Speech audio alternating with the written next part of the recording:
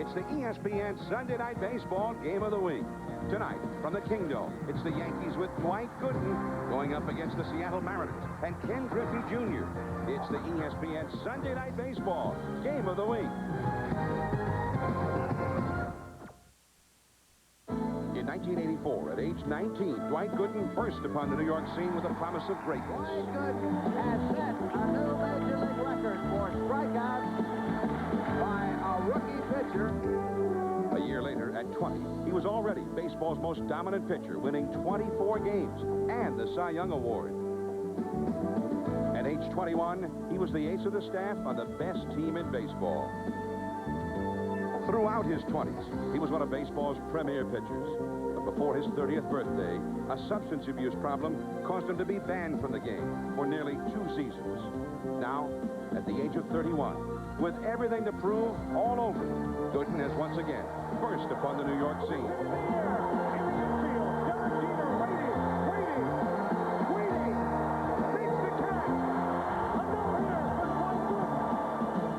Tonight, it's Gooden against the Mariners on the Sunday Night Game of the Week. Tonight, from the Kingdome, the big crowd is gathering, and here in Seattle, all roads seem to lead to the Kingdome these days. More than 100,000 fans were here for the first 2 games of this series, and more than 40 should be here tonight. Now, in the American League East, the Yankees being challenged by Baltimore, and Baltimore winning today, the Yanks just a game ahead of them. Over in the West, the defending champions, the Seattle Mariners, 4 games back of Texas. Texas also won today. Well, as you can hear, the folks here are they're ready to rumble here. The Mariners and the Yankees, it's turned into a great rivalry since last October, as you might imagine. And Dwight Gooden going for the Yanks tonight in a big ball game, and Gooden has become the Yankees' ace. He's won 3 in a row, including that no-hitter 12 days ago against these Mariners. Now, Joe Morgan talked to Ken Griffey, the Mariner great, before the ball game about facing Dwight Gooden. The other day, when you faced Dwight, he pitched a no-hitter, but that was the first time you ever faced him, right? Yeah, it's the first time I faced him, and he was on today. He had everything working for him. Hopefully today we can get to him early and often. But Doc has really worked hard, and I think he's back. What about this? What pitch bothered you the most? Fastball, curveball. What are you going to do different today than the first day? I'm gonna lay off the outside high fastball. Well, now Dwight Gooden won't have to face Jay Buhner tonight. Buhner out of action with a bad knee. However, Joe Morgan, this Seattle ball club is a lot more than Ken Griffey Jr., even with Buhner out of there. What a lineup, leading the majors in homers and runs scored. Well, with the emergence of shortstop Alex Rodriguez as a power force, this team's going to rival the Cleveland Indians before the season is over. But I think Dwight Gooden is going to have a lot more pressure on him tonight than the Mariners will. They had never seen Gooden before they faced him in New York. They have all seen him now. They will all go in with a game plan tonight, whereas last time they just went in swinging the bats. All right. Dwight Gooden coming off that no-hitter 12 days ago. He also beat Oakland in his last start. He's won 3 in a row. We're coming up from Seattle. Stay with us. John Miller, Joe Morgan, ESPN Sunday Night Baseball's Game of the Week from the Kingdome in Seattle. And you can see a big crowd has gathered once again here in Seattle. Now, Joe Torre, the new manager of the Yankees, and the Yanks have hit real well, and they have scored a lot of runs, too. But it's been the Yankee pitching that really has kept them at the top of the American League East. And here's his batting order for tonight. Wade Boggs leads off at third base. Joe Girardi, the former Rocky, the catcher. Paul O'Neill, second in the league in hitting in right field.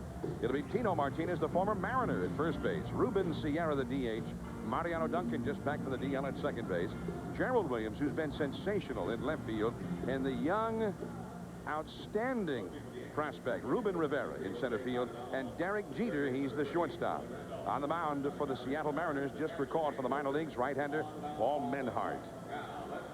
And there you see Menhart's record. Has a good changeup and a couple of different fastballs, a sinking fastball and a riding fastball.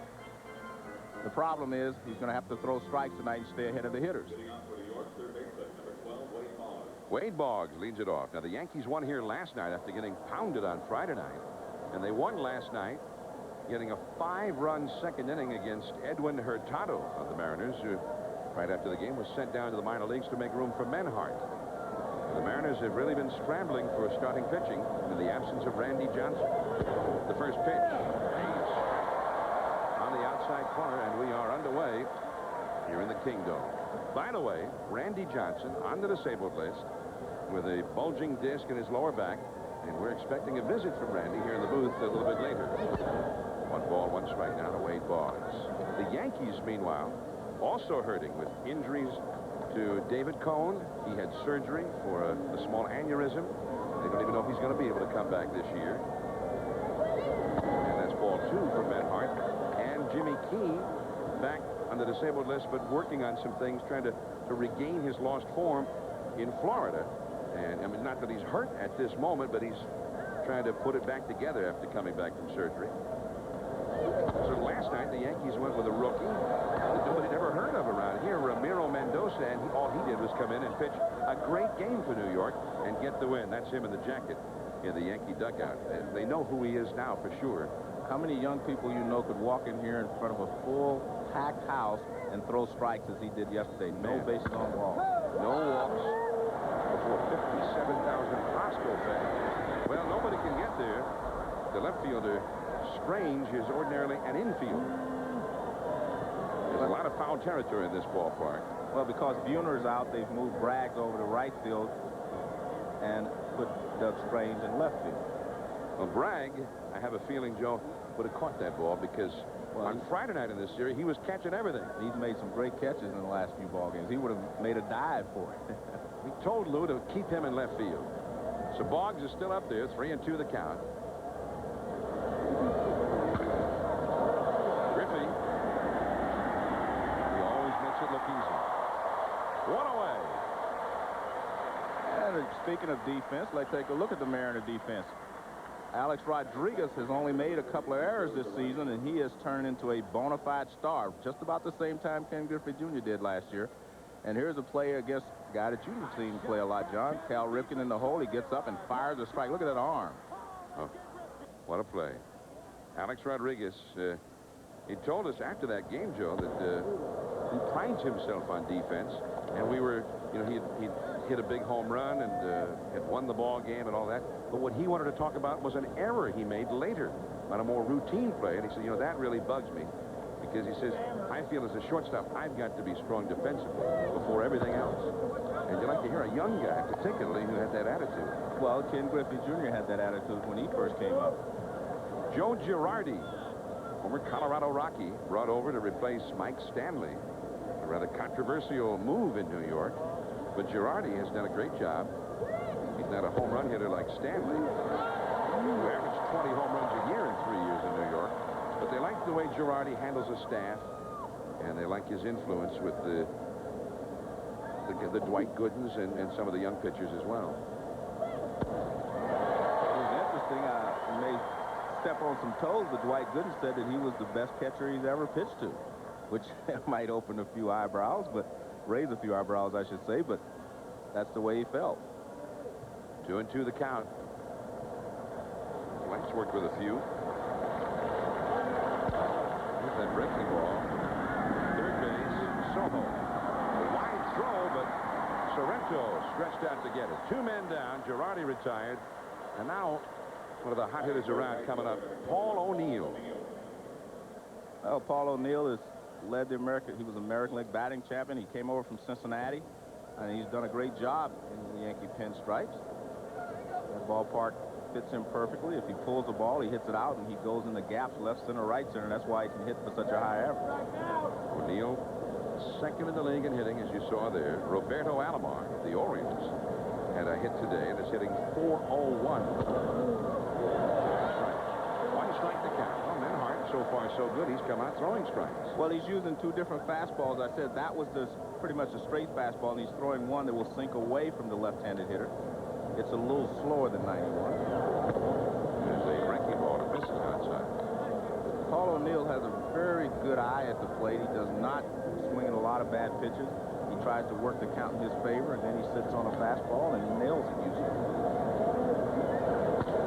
Another breaking ball. Bounced foul to the first base section. Now Menhart is in on the count. 1 ball and 2 strikes. Roberto Alomar 401, then Paul O'Neill 369. But you know, Albert Bell, he's not leading the league in hitting, but he's leading it in just about everything else. 20 homers, 54 RBIs, and third in the league in batting average. 1-2. inside 2-2. Well, John, 350 in a lot of years would have won the batting championship, of course. Paul O'Neill and Roberto Alomar off to great starts. Yeah, I remember years where 320 won batting time. That's how old I am. He's in search of a triple crown. Change-up. That's the first one that he's thrown in this ball game, and he has a pretty good change-up. 3-2 the count. Well, Menhart was up with the Mariners earlier. There's Tino Martinez. He was up with the Mariners earlier in his career. Had a big year here, and then was traded to the Yankees in the offseason. He would be next. 3-2 to O'Neill.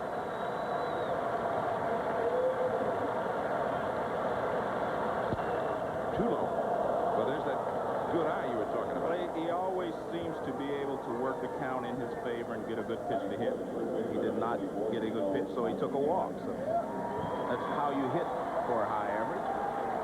Make sure you get a good pitch to hit each and every time you go to the plate. O'Neill, you mentioned that good eye. 41 walks, leading the American League in that category. Yankees don't have much power in the lineup. They expect Tino Martinez to start supplying more. His RBIs are up there now at 31, but only 6 home runs.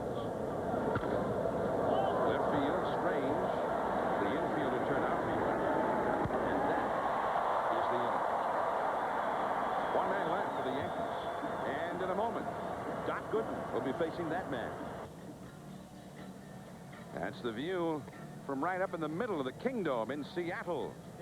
Sunday Night Baseball. No scores. We go to the last of the first. Lou Pinella's Seattle Mariners, and they lead the majors in runs per game and also in home runs. They are on a record home run pace right now, threatening the 61 New York Yankees all-time Major League record. It'll be Darren Bragg in right field. Alex Rodriguez, the young sensation at shortstop. Ken Griffey Jr., and he is red hot right now. 5 homers, 16 batted in the last 9 games. It will be Edgar Martinez, the DH. All he is a 2-time batting champion. Paul Sorrento, the former Cleveland Indian, and he's swinging a big bat here. Doug Strange in left because Buhner's out right now. Dan Wilson, who's also grown some home run muscles this year, the catcher. Luis Sojo at third, and Joey Coro's in a slump. There's a change, a slump from a Mariner. He's hitting ninth. And on the mound for the Yankees is Dwight Gooden, 3 consecutive wins, and at 4.38 ERA. It was 11 after his first 3 starts.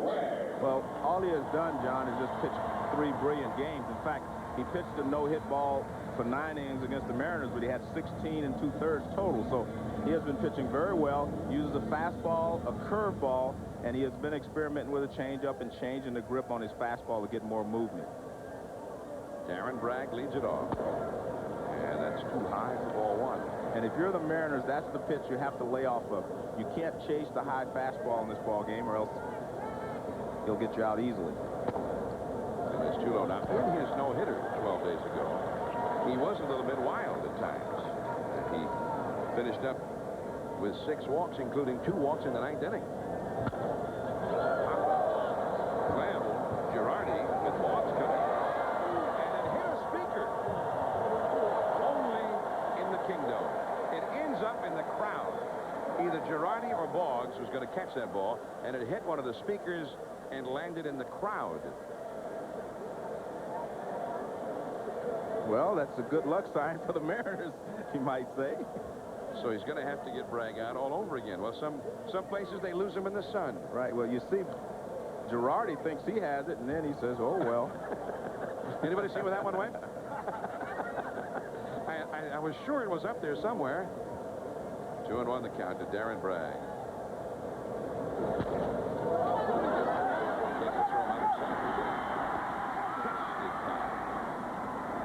So justice was served. He got him out. Well, Gooden has always been a good fielding pitcher as well as a good hitting pitcher. Obviously, he doesn't have to hit in the American League, but he's been a good fielder all of his career. Ball's chopped, but see how quickly Gooden gets on it, waits, takes his time, and makes a good throw. You do not like to see runners dive into first base. You hurt your fingers, and plus it slows you down. You actually get there quicker if you run through the bag. Here is the sensational Alex Rodriguez. He is hitting .349. And it's too low for ball 1. He also is hitting with power. He's got 8 homers, 15 doubles, and 35 runs batted in. and he's only made 2 errors at shortstop. Yeah, with numbers like that, they would tend to love Alex Rodriguez. And John, his career is kind of paralleling Ken Griffey Jr.'s now. They were both very young, and when he first started, he was hitting down in the lineup. They've moved him up to second. That's a base hit. There will be no hitter tonight.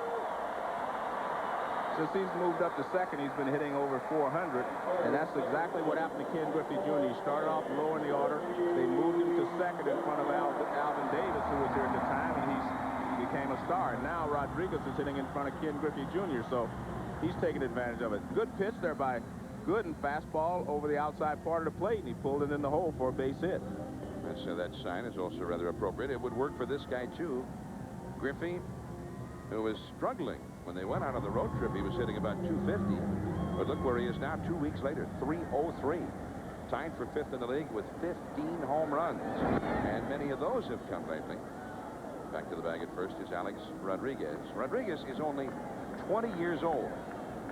And in a way, Joe, I guess it's appropriate he gets the first hit here tonight because he had the closest call to getting a hit in the no-hitter 12 days ago. Gerald Williams making a great catch against him in center field. There's ball 1 to Griffey. Well, let's see if Griffey can lay off the high fastball, as he said that was his problem he had in the last ball game.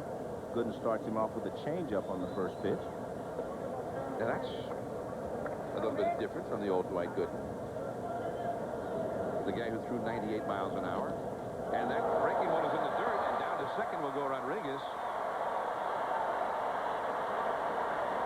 That ball went into the Mariner dugout, so he gets just the 1 base. Regardless. John, it's kind of like I said at the beginning. I believe there's more pressure on Dwight Gooden tonight. He's trying to be perfect with his pitches as compared to being relaxed and letting it go. After you pitch the no-hitter against a team, you feel like they're going to be coming out after you, and you're going to have to make some changes in the way that you approached them last time. And I think he's trying to be a little too perfect here in the first couple of innings instead of just letting the ball go. That last one was scored officially as a wild pitch. 2-0 the count to Ken Griffey. I mean, he's in trouble immediately here. And he threw the breaking ball, but he missed. 3-0. Edgar Martinez is on deck. In this series, Griffey, 3 homers, 8 RBIs. That's in 2 games. Well, don't be surprised if he doesn't have the hit sign here. He can probably take a shot if he wants to on the 3-0 pitch. And he took a shot. Not a bad pitch, though, by Gooden. 3-1 the count. Well, it was 98-mile-an-hour fastball up a little bit, and that's the one that Griffey says he's going to have to lay off of. But if you have a green light and he throws that to you, you figure like you can get on top of it, but he fouled it off. 3-1. I mean, almost instantaneously when a game begins, a pitcher's in trouble facing Seattle. That's true. Rodriguez, Griffey, Edgar Martinez. Buhner is not in there tonight, and that may be a relief to Joe Torre. Sorrento hitting 5th tonight. And he curved him. Strike 2. Well, that's in talking to Gooden yesterday, he said he will be able to tell how he's going to do if he can get the curveball over. He said, if I get the curveball over, it makes my fastball that much better, and they can't sit on it. And you can see Griffey was sitting on dead red there, nothing but a fastball, and he took it, which he's supposed to. 3-2. And again, that high fastball, he managed to fight it off. Yeah, but see, that curveball made him wait just a little longer, and he was a little late on that fastball. So that's what pitchers talk about when they say changing speeds to make another pitch better. They can throw you off-speed pitches. That fastball looks a little faster because you have to wait just a hair longer, and the ball gets on top of it. 3-2 to Griffey. No score in the game. Last of the first. Rodriguez at second. And he tried to curve him, missed badly with it. And now 2 men are aboard for the Yankee killer, Edgar Martinez. And he has been the Yankees' worst nightmare beginning last October. They could not get him out in the postseason last October. And they have not been able to get him out this weekend either. And not many pitchers around baseball have been able to get him out. He won the batting title last year, his second, and he's hitting .345. He not only has 10 home runs, but 25 doubles. He leads the majors in doubles by plenty. He's on a record pace for doubles. 1 ball and no strikes to Edgar Martinez. And for those of you who are watching at home, you can watch very clearly Gooden kind of takes his ball out of the glove quickly. That's something that they have worked with, and he's changed in his motion this year.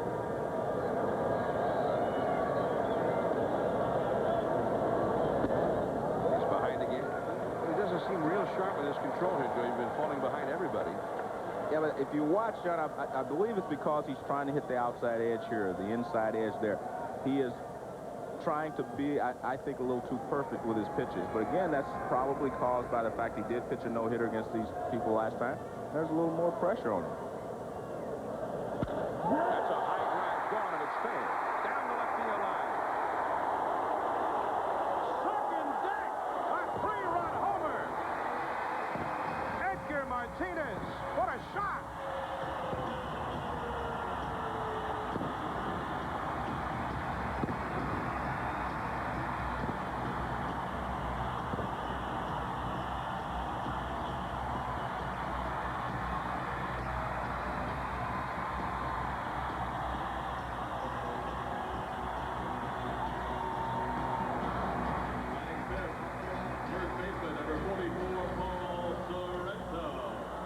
John, when you pitch from behind, you can't get away with that high fastball. If you're ahead in the count, that high fastball becomes an out pitch for you. But with the count being 2-0, and he comes inside and up, and Martinez is sitting on a fastball, he was able to get around on it. Now, here is Paul Sorrento. Hard ground ball. Mariano ducked it at second. And that is the second out of the inning. In between the two outs, though, 3 runs scoring on the incredible home run by Edgar Martinez. And that was a Cecil Fielder, Frank Thomas type home run, second deck. Well, see, a pitch is supposed to be away, but it's up and on the inside part of the plate. And you see Edgar sitting on a fastball, so he's able to crank that pitch, and he jacks it into the second deck. So you cannot pitch from behind against these Seattle Mariners and throw a fastball. You're going to have to throw some off-speed pitches if you get behind. Okay, I believe you now. I kept thinking to myself, that can't be right, but now, Joey, I see what you're saying. This is a good hitting ball club. Doug Strange, the hitter. And, of course, Doug Strange, he's a handy man. He's switch hits. He can play the infield, the outfield.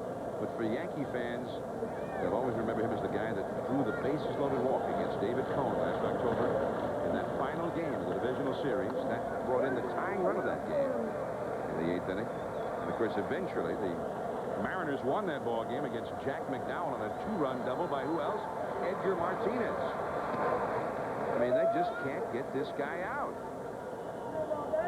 2-2 the count to Doug Strange. There's Edgar. I think we can be very sad when this game's over because the Yankees are leaving. Wade Boggs. And that ends the inning. But the Seattle Mariners have put 3 runs on the board. Ruben Sierra coming up. The big crowd at the Kingdome in Seattle. The first 2 decks completely filled all the way around this big ballpark, and there are quite a few folks up on the upper deck as well.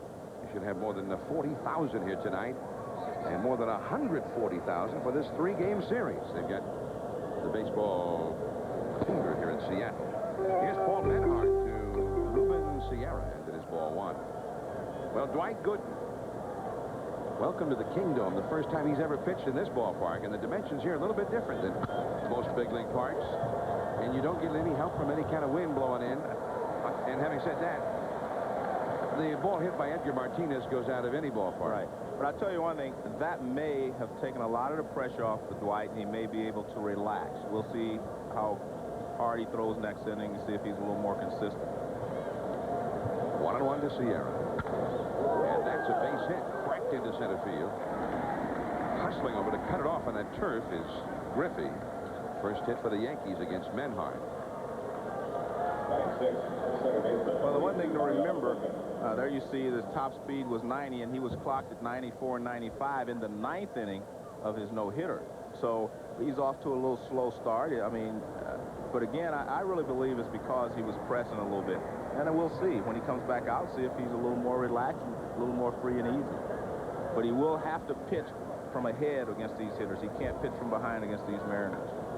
Here is Mariano Duncan. Back to the bag at first is Sierra. 3-0. Seattle on top here. Well, Gooden, in his start after the no-hitter, faced Oakland last Tuesday at Yankee Stadium. And there's ball one, and a very fine young Oakland hitter, one of the fine young players in the league this year, Jason Giambi. In the first inning of that game, 2 down, hit one off the center field wall for a double. And Gooden did say after the ball game that it wasn't so much it took the pressure off him, but that he said, I've got to settle in here and pitch out. I got Mark McGwire coming up now, and I've got to focus on the job at hand. There was no more going on a no-hitter or anything else at that point. Helped him, I guess the way to put it, would kind of helped him settle into the rhythm of the game, which he obviously wasn't able to do in the first inning of this ball game. 1 ball, 1 strike to Mariano Duncan. He's back to the disabled list, and a wild throw by Menard. And Sierra should be able to get all the way to third. It's into the bullpen area. And he'll stop at third as the throw comes in. Well, as we saw in that playoff game last October, right here on ESPN, a big game where the Mariners won the West for the first time. It's live out there in the bullpen area. And Soho hit that ball down there. They kept running all the way through. In this ballpark, if you're a pitcher, you have to take a little more time in your release to first base and make sure you make a good throw, because you're not giving 1 base away. You're giving at least 2 away when you throw the ball down into that bullpen. And why was he throwing over there anyway? Sierra, they're down by 3. Sierra's not a base stealer to begin with. That's what Lou was thinking. Nice pitch. 1 ball and 2 strikes now to Duncan.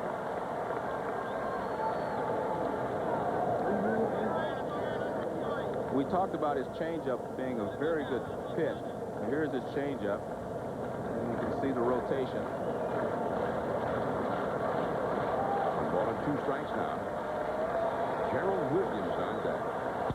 Broken back. Bring the play by Soho. Holding Sierra on the play. There is 1 away. Tomorrow night at 7:30 Eastern, 4:30 Pacific, it's Game 5 of the NHL Western Conference Finals, the Cup playoffs tomorrow and Tuesday, 7:30 Eastern on ESPN. There's a little bad blood there in between Colorado and Detroit as well. That's ball 1 to Gerald Williams. Now, how can you play hockey without having bad blood between the two of them? You're bouncing off each other for 3 quarters. 1 ball and no strikes to Gerald Williams. Menard tries the curve and it's too high. 2-0 the count. Gerald is hitting .343. And he has kind of played his way into the heart of his manager, Joe Torre. Bernie Williams, the regular center fielder, has been on the disabled list and has just been activated tonight, but is not in the lineup. On the fists. Alex Rodriguez out. Strange in. Sierra tagging and bluffing. 2 down. And now another young sensation, although he has not yet been here long enough to talk about what he's done in the big leagues, but Ruben Rivera up because of the injury to Bernie Williams. And look what he's done in the few days that he's been here. He had a big double on Thursday to help beat the Oakland Athletics at Yankee Stadium in his first at-bat. He hit a 2-run double. Well, Johnny wasn't hitting that well in the minor leagues, 240 something, but they feel like maybe he will hit better in the major leagues because the pitchers are around the plate all the time, and he had a tendency to chase pitches in the minor leagues. 2 down, runner at third. Well, he knows how to get out of the way. I like that. You've seen that quickness already. Yeah, I like that. It looked like some kind of breaking ball that got away. It was a breaking ball that Rivera said, I need to get out of the way, and he does so. I'm talking to Don Zimmer and Reggie Jackson, who's with the Yankees, about Ruben Rivera. You see Sierra at third base, 2 down. That was over the middle of the plate for a strike. 1 ball, 1 strike. And they said, hey, he's got all the ability that Ken Griffey had when he came up, except he runs faster and he's got a better arm. He's got all the power and the ability. Whether or not he'll be able to do what Griffey's done at the big league level, they can't say. But they can tell you that every time a team talks trade with the Yankees, they say, well, we're interested in this guy, Ruben Rivera. And, of course, then the talks end.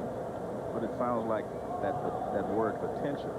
We know what Quinn Griffey Jr. can do. Yeah, we've seen it happen. And, of course, entirely different backgrounds and everything else. Ruben Rivera from Panama, and they didn't even play baseball in his high school.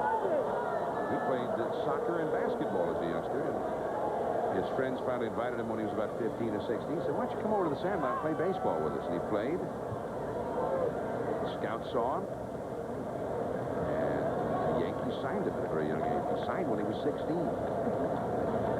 3-1. 3-0, the score. The Mariners lead. Into left center field, and he has driven in the Yankees run. Sierra scores, and Ruben Rivera with his 5th hit and 5th RBI. Well, I'll tell you one thing, he is fast. I was watching him. He's quick getting down the line. They didn't want to throw him a fastball, but they got behind 3-1 and had to. They even jam him a little bit, but he's got a pretty level swing there, and that's what keeps the ball on the line rather than a pop-up. But you could see that they know he's from the minor leagues. They want to try to see him hit some breaking balls. They throw him a lot of curveballs. They continue to miss with him and had to come inside with a fastball. Now, as we sort of have a theme here tonight of young talent, outstanding young talent. And here is the outstanding young shortstop of the Yankees, Derek Jeter. Soho from third. By a step. The Yanks get 1 run back, 3-1 Seattle as we go to the last half of the 2nd inning from the Kingdome. So Joe and I are always saying, why do they call Randy Johnson the big unit? and now we found out. Randy, welcome to the telecast. And first of all, I mean, how's the back? What's the latest story about when you might be back? Well, I don't think they're going to rush me this time, and we're just sitting and waiting to see how my leg.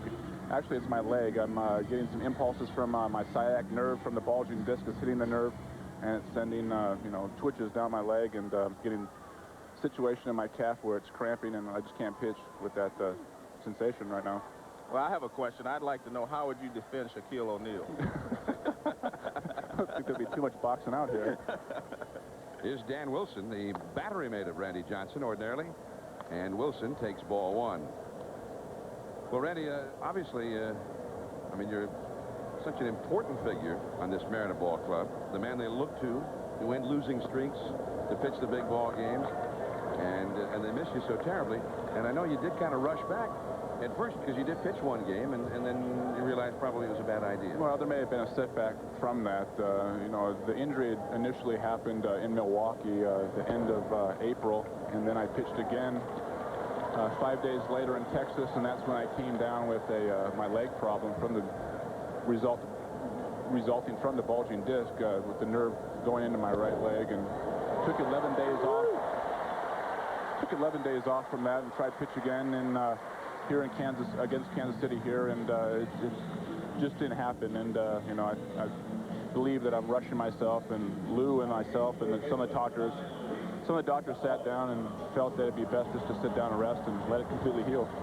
Luis Sojo coming up now after the walk to Dan Wilson. Now, watching Dwight Gooden here, and I'm interested in your take on Dwight, because Dwight, of course, was one of the ultimate power pitchers in years past. He's kind of changed his game a little bit, but he's a little off tonight, it looks like. What do you think? Well, after throwing a no-hitter, I think everybody puts expectations. Everybody's watching. Obviously, he's already had a game after his no-hitter against Oakland, but coming back here against the same team that you threw a no-hitter against, everybody's watching. So he's more or less under a microscope. Second baseman Rivera is into this one, and Sojo is retired. It's kind of hard to see Sojo without thinking of you in that playoff game here against Langston and the Angels last October. His hit down the first base line, that's what really broke the tie, and we went on and won the ball game. It was well, here's in fact where you wrapped it up against Tim Salmon, and what a moment. It was a great thrill for not only for the ball team and all the players, but the city of Seattle. Now here is where Lou brought you in the extra inning game as a reliever. Struck out Boggs. You got Gerald Williams. And eventually, you got the win in that ball game. Fly ball to right here as we're back into the present day Kingdome. Joey Cora has flied out to O'Neill in right field. 2 down with Wilson still at first, and Darren Bragg is coming up. But Joe and I were talking about this, and Joe, I mean, you were just as amazed as I was. I mean, that stretch of games, that in 1 week, the playoff, and then the start you made in Game 3 of the playoff series against the Yankees, and then coming into relief. I mean, you had to win all 3 of those ball games. The Mariners had to win them. And in the clutch, you did. I mean, what a stretch of clutch pitching. One of the greatest stretches anybody's ever had. Well, I think it was, you know, for a professional athlete to excel during the regular season. It's another thing to see that same professional athlete excel in postseason when there's a little more pressure. And last year, all the players that excelled in regular season excelled in the postseason. Edgar Martinez went on to do well in the Yankee series, hitting over 500, and Jay and Junior and you know, everybody else. We pulled together, and great things happened from that. And it's a, you know, a moment that I'll never forget, because I've never been in postseason at the major league level or anywhere in my you know, baseball career. So it was a great moment for myself. Well, you're right. It does separate the men from the boys, so to speak. There have been a lot of great pitchers in Major League Baseball who did not pitch well in postseason. They'd have great regular season records and then lose in postseason. So there is a difference. Runner going. Dan Wilson, man, what speed. I didn't know your battery mate had this kind of speed, Randy. Well, that's news to me. But Dwight Gooden is pretty deliberate coming to the plate, and he's still, even though he's lowered his leg kick, it's still pretty high. Watch how long he takes. See, he's actually pretty slow in his delivery, even though that's slow motion. So he gives you time to run.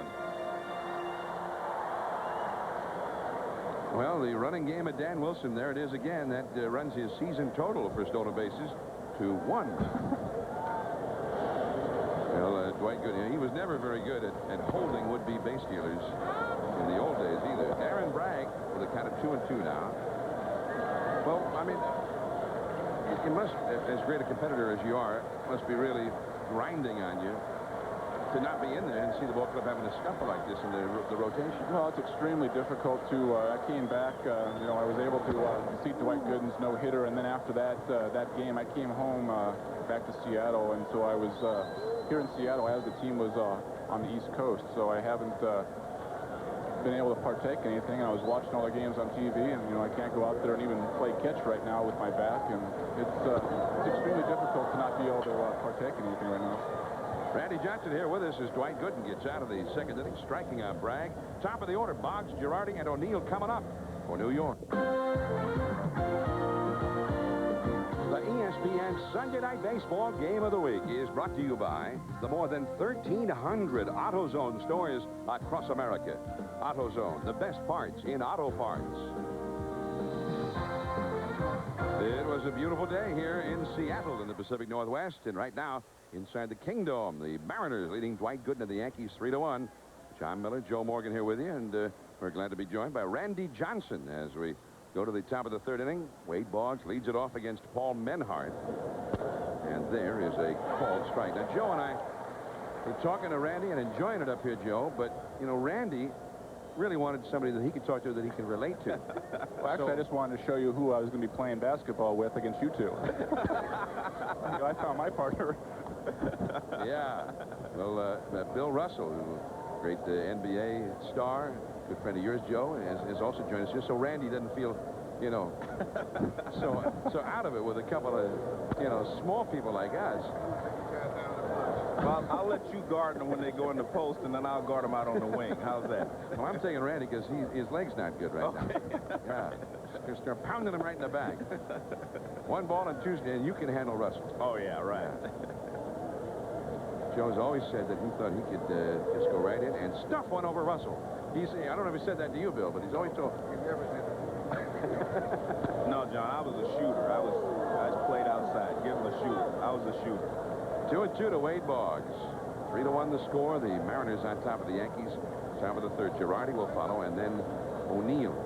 Randy, you watch Paul Menhart here tonight, and he really struggled early in the season. You see anything different with him now that he's come back? Well, he's the same as Solomon Torres. He struggled as he was up at the major league level, and then they sent him down to Tacoma and to work out some things. But, you know, this ball club that we have is made up of primarily young, inexperienced pitchers, and I think you'll find that throughout the league, and that might be one reason why, if you look out at the scoreboard, why the scores are so high in the American League, is that there's a lot of young pitchers. You look at the number 1 and number 2 starting pitchers for any American League team.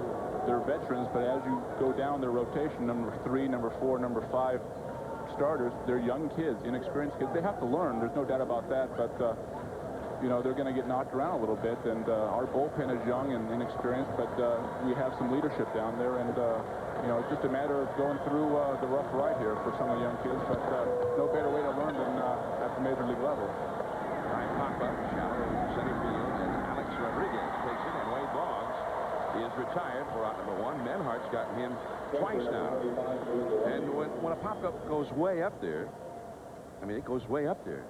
Here's the Mariners rotation right now. Sterling Hitchcock has done a very good job. Former Yankee. Wolcott. Malacki, the veteran, has been brought in. Made a couple of starts. Hurtado just got sent back to the minor leagues yesterday. And Menhardt brought back for this start. And both Randy Johnson is here with us and Chris Bosio on the disabled list. And losing Bosio hurts greatly as well. Without a doubt. I mean, you have to have some leadership on the rotation, in the rotation. And with myself and Chris Bosio out right now, the only leadership that we can give the young pitchers out there is sitting and talking to them and trying to go over some of the hitters during the course of the game and kind of give them positive reinforcement as they're pitching. 2-0 the count to Joe Girardi. 1 out, nobody on. 3rd inning, Mariners 3, and the Yankees 1. Paul O'Neill is on deck. Here's Alex Rodriguez. 2 men gone. How would you pitch to Joe Morgan? You mean the one that would be in a low crouch? In for effect and get him out of the way? I mean, really, I mean, with your stuff and the command that you've developed over the years, I mean, you seem like you pitch everybody almost the same, and you can do that.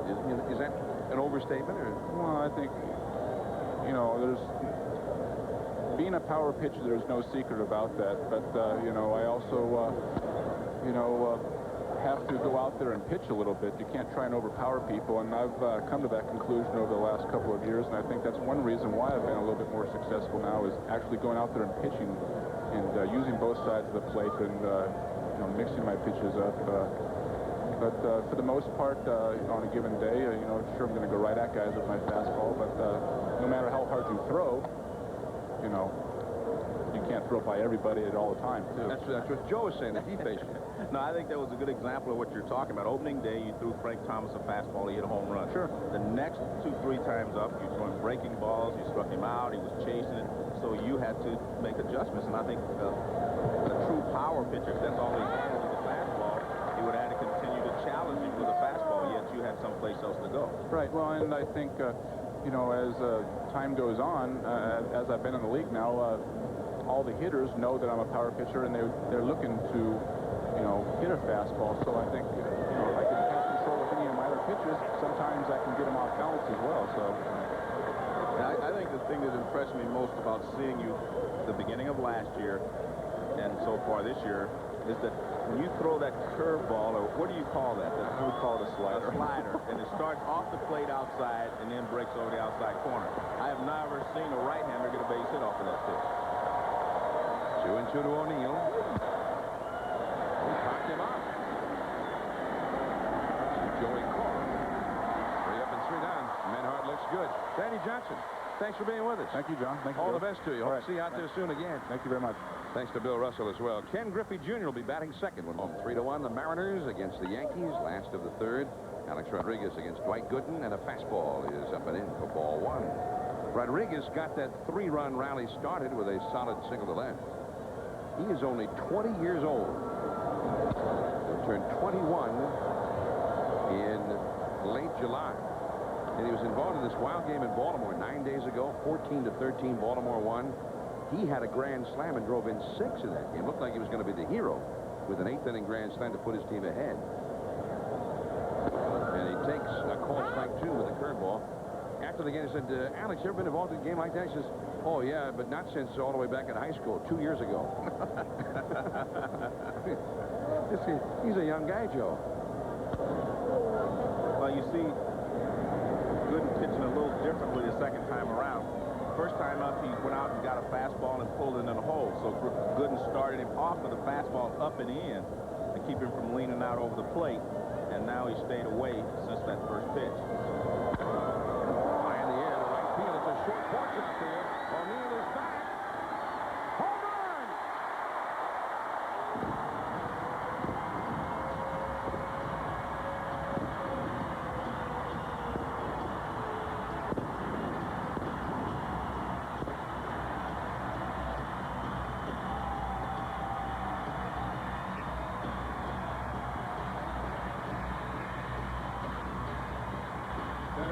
Well, that tells you it's almost impossible to make real good pitches here in this ballpark because this was a pop-up. He was late on it, and it's a fastball away, and he's late, and he pops it up, and the ball still goes out of the ballpark. You can see he did not have a good swing.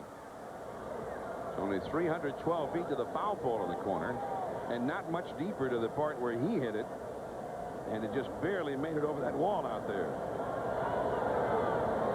Here's Griffey, who lifts a foul out of play. Now, Fenway Park has the short wall in left field, the big wall there. Here in Seattle, they have a 23-foot high wall in right field, and Rodriguez did what a lot of lefties have done at Fenway over the years, just hit a high fly ball and just made it. Routine catch almost anywhere else. Griffey pops it out. Walked his first time. Boggs takes this one, and there is one away. 4-1, Seattle ahead. The 9th home run of the year for Rodriguez. Here comes Edgar as Griffey heads back to the dugout. You know, Dwight Gooden, before this game, had given up only 3 home runs this year. Now he's given up 2 in 2 1/3 innings tonight. 1 to this guy. And, of course, Edgar's was... Well, his was a big run. fly. Yeah, his was a big fly. That was a Kingdome home run, the last one. But Edgar really put a charge into his. Hit it hard right to Jeter. Get Edgar out. You have to call the papers. Well, what they'll do is have to try to remember how they did it. Yankees retire Edgar Martinez. This could be an extra edition, Joe. I mean, truly, you go back to last October. I mean, Edgar's hitting over 500 against New York. Here is Paul Sorrento. Pretty good pickup, I thought. They traded away Tino Martinez, who had 31 homers for him, but they get this guy who had 25 for Cleveland last year. Pretty good first baseman as well. And he should hit a few here with that short right field porch.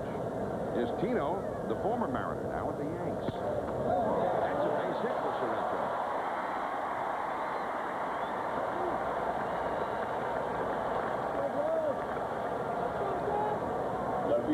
Now Doug Strange will come up. That seemed like it was a changeup because, yeah, he slowed his arm speed. You could see it, and maybe Martinez saw it at the plate. That was a changeup, and he slowed his arm down, and you could see there was going to be a changeup about halfway there. Sorrento jumped all over it. Doug Strange, the hitter, grounded to third his first time. Fastball over the outside for a called strike. The home run in this inning, Alex Rodriguez. Now, Rodriguez, talk about irony, almost did not play tonight. He has apparently a case of the stomach flu and was not doing well before the game. Let me put it that way, Joe. When you're young, like he is, pretty much bulletproof, so you figure you can do anything. Look at this. There's Rodriguez on the left, Edgar on the right there. Those two plus Griffey. 16 hits and 33 bats in this series. They've driven in 15 runs in a 3-game series. That's just the 3 of them. That doesn't include Buhner or Sorrento or anybody else.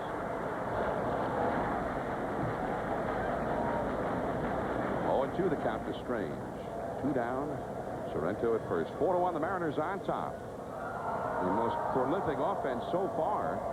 They've outscored even Cleveland up till now, but although it's early in the year. Cleveland is loaded again this year. 1-2 the count to Doug Strange. Well, a few National League pitchers, when they've come to this league, Joe, have realized early on that things are a little bit different over here. Well, when I talked to him yesterday, he said the biggest difference between the American League and National League is the smaller ballpark. And obviously he's had a taste of that here tonight, this being a small ballpark. And, of course, Yankee Stadium is small down the line. Yeah, Yankee Stadium is really a better ballpark if you're a left-handed pitcher. With the big expanse out there in left center field. 2-2 to Strange. Curve is whack foul in the bullpen area. It's the Yankee bullpen. 2-2 the count. So Strange making good work here in the 3rd inning. This has been a great story here in Seattle. Last year became the refuse to lose season. And they started getting the big crowds toward the end of September and through the postseason. It seemed like everybody discovered the Mariners all of a sudden. And now this year, those fans have been here from the beginning. That's foul. We'll go back to the screen. And even now, Joe, 2 months into this season, there's signs in store windows all around town that say, at the Mariners logo, and they say, you gotta love those guys. Refuse. You figure it out. Oh, refuse. Oh, see, I thought it was a refuse to lose banner, but that was okay. A refuse banner, Joe. And you see, they had a Yankee who was being dumped into the garbage. Oh, I got you. See, that was a Yankee. Yeah. Okay. Yeah. 2-2 the count. Nice curveball by Gooden. That's the inning. 1 run, though, on the high fly ball homer by Rodriguez. Tino Martinez coming up for the Yanks. John Miller, Joe Morgan from the Kingdome in Seattle. ESPN Sunday Night Baseball. Mariners 4, the Yankees 1 as we head to the 4th inning. And the cleanup hitter for the Yankees, Tino Martinez, to bat against his former team. Tino flied to shallow left his first time. Ball strike to the outside. All Tino had to do was come into New York and replace Don Mattingly. There were easier jobs, I think, than that. Yes. And then, to make matters worse, he got up to a very slow start. Didn't get a hit at Yankee Stadium. I think his first 15 at-bats or so. 1-1 the count. Menhart misses. 1 ball, 1 strike. I think the one thing they have to be careful of with Martinez is thinking that he is a slugger. And he's really not. He's trying to become a good hitter. He uses the entire field, so he's not going to hit 30 or 40 home runs every year. Griffey. Place to get him to hit in this ballpark. Not there. And that is out number 1. Tino Martinez retired. 1 away in the 4th inning. Meanwhile, we have a camera out on the roof of the Kingdome.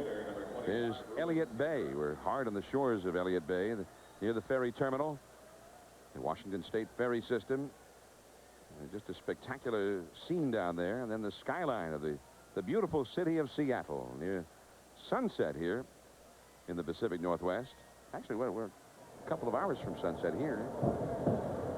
But if we were back east, we'd already be there, Joe. That's what that's what I mean. There's ball 1 to Ruben Sierra. I get so confused with all this travel. Sierra singled his first time, and he scored the Yankees' only run. That's a foul on the left field line. Sierra, 6 homers and 26 RBIs. I think the Yankees like a little more power out of him. Well, I was talking to him before the ballgame, John, and he said that everyone's staying away from him, away. And as you mentioned, in Yankee Stadium, it's tough for a left-hander if he doesn't pull the ball to hit a lot of home runs. To left center, you've got to hit it a long way. 399 to left center at Yankee Stadium. But Sierra's also a guy that it's tough to walk in. And Joe Torre has talked with him about being a little more patient. He's got 22 walks already this year, which is a very high figure for him. And that's down and in for a ball. 2-1. I don't know why Joe is saying that. He didn't walk either. When he was the player, he was a hitter. And he was a very good hitter. One time, a batting champion with the St. Louis Cardinals. Remarkable years because he hit 363 and he was a slow runner. I mean, he wasn't beating out bouncers to third. Very good hitter. Very good hitter as a catcher for a long time. 3-1 to Sierra. And there's the walk. Well, this is the new Ruben, Joe. 1 out, 1 on. They'll only be playing in the Kingdome for a couple of more years. They've got plans in the works here for a new ballpark, and they would put it just south of the Kingdome, right over there, right where you see all of those cars in that parking lot there. The new ballpark will have about 48,000 seats, and it will be a natural turf with a retractable roof. And when the roof is in closed position, the ballpark will not be totally sealed like the Sky Dome in Toronto. The roof will be more like a canopy. Or a carport. Yeah. How West Coast of you. Yes. And And they're actually going to make the field a little bit bigger, too, Joe. Alex Rodriguez would not be able to hit a home run like the one he hit here tonight. They're talking about making about 325 to the right field foul pole. A little bit deeper. And making the power alleys like 390 to right center in the new ballpark. 389 to left center. The 390 might be a little too large. And Mariano Duncan, the count of 0-2. Mariano grounded to third his first time. So they got this new ballpark in the works, and probably it happened because the Mariners did so well last year. No doubt about it. The vote occurred, and people were saying that baseball does belong here in Seattle, and they made sure that it stayed by voting to put up a new stadium. Well, it's almost like people voted by showing up here at the ballpark. Right. 0-2 the count to Duncan. Schultz with a barehanded pickup. He got it. Nice play. I don't know if he gets him if he plays that one with the glove. Well, he made a fine play to retire Mariano, but going down to second is Sierra. You know, watch this. This is one thing about the AstroTurf. You always get a true hop, so it's much easier to barehand the ball. You see the ball bounces up nicely. Soho grabs it and fires to first in time to get Duncan. Duncan has never been a real speedy runner, but it was still a very nice play there by Soho. So 2 down with Sierra at second. Here is Gerald Williams. Gerald, he's had very strong talent, but has never been able to find a regular job with the Yankees. Has a very fine arm, pretty good outfielder. And that is ruled a swing by John Shulock, the appeal. Gerald has 13 brothers and sisters. He's the 9th child. And I was impressed, Joe, because if you're a baseball fan, he recommends George Will's book to you, Men at Work, which really gets down behind the scenes and some inside stuff in baseball, which tells me he's trying to learn about the game, even though he's already here in the big leagues. 1 ball, 1 strike to Gerald. He's got the chance to play this year and is hitting .340. Last year hit .247. But look what he's done so far this year. And they've needed his big bat too with some injuries. Tim Raines is back in the disabled list. He's missed most of the year up till now. Bernie Williams has been out the last couple of weeks. And Gerald may have saved Goodman's no-hitter with a spectacular catch and a ball hit by Alex Rodriguez in that ball game.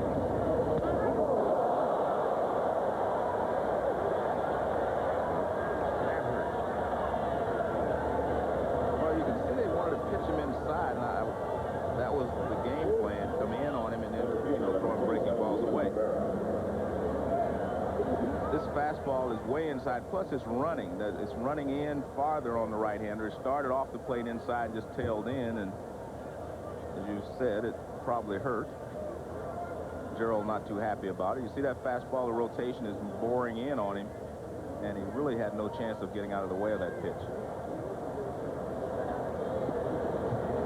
2 men on, 2 men out. And here is Ruben Rivera, the young Yankee prospect, who's had quite a week. 5 hits, 9 at-bats, and 5 RBIs. This is his 4th game. He singled home a run in the second. Kind of a bloop out there in the left center field where nobody was. And they still believe that he has problems with the curveball. They've thrown him all but 1 pitch has been a curveball. The 1 pitch he got a base hit on with the fastball. Look at that slider on the outside. 1-1. Well, he'd give a lot of hitters trouble with that kind of pitch, wouldn't he? Yes. Well, this is a good breaking ball away, but the veteran here, you have to lay off of this because you're ahead in the count anyway, and if it's a strike, take it because you can't hit it. 1 ball, 1 strike to count to Ruben Rivera. 2 on, 2 out. 4-1 Seattle. Breaking ball, but that looked pretty fat to me, Joe. Yeah, he actually looked like he was looking for something farther away, and that was a breaking ball almost in the middle of the plate. Kind of a hanger.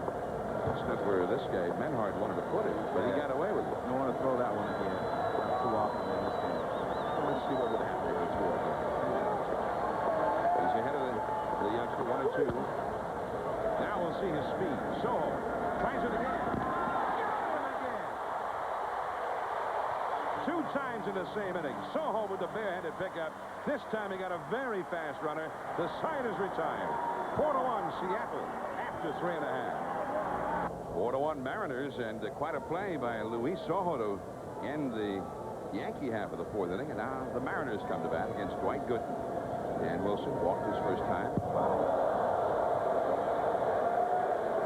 A hockey game may break out here soon, Joe. Yeah.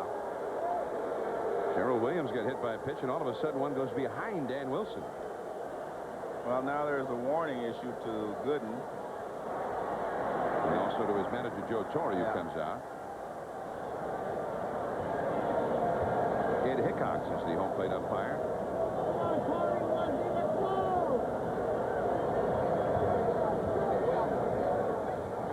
Well, anytime you throw a ball behind a hitter, I think you're out of line, personally, especially if it's intentional.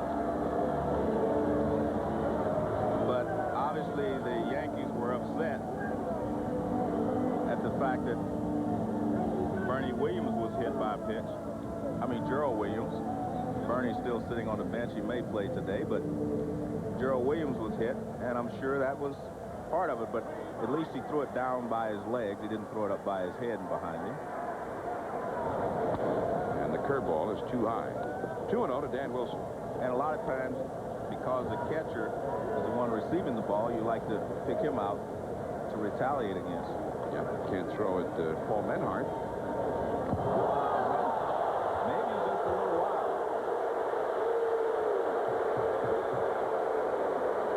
Now here comes Piniella. Piniella wants to go talk to Hickox, because the rule is if you've been warned and then the umpire thinks that you throw at somebody intentionally again, you're supposed to be ejected. And that's what Pinella's arguing about. Yeah, but he's saying that that wasn't intentional.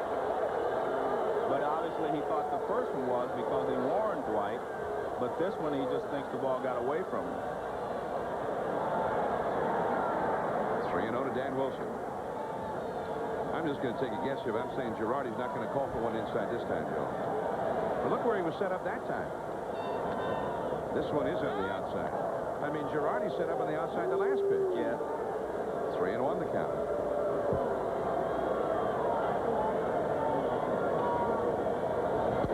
He's right there again. And he's set up on the outside again. And now Dwight's got his control back. 3-2 the count to Wilson. Curveball, and he just does get a piece of it. 3-2. I tell you what, that's a little nasty pitching there, because you throw one behind you, one inside, and then fastball away, and then throw you a 3-2 curveball. He's showing a lot of respect to this guy, Dan Wilson. No, I think he's showing that he really wants to get him out.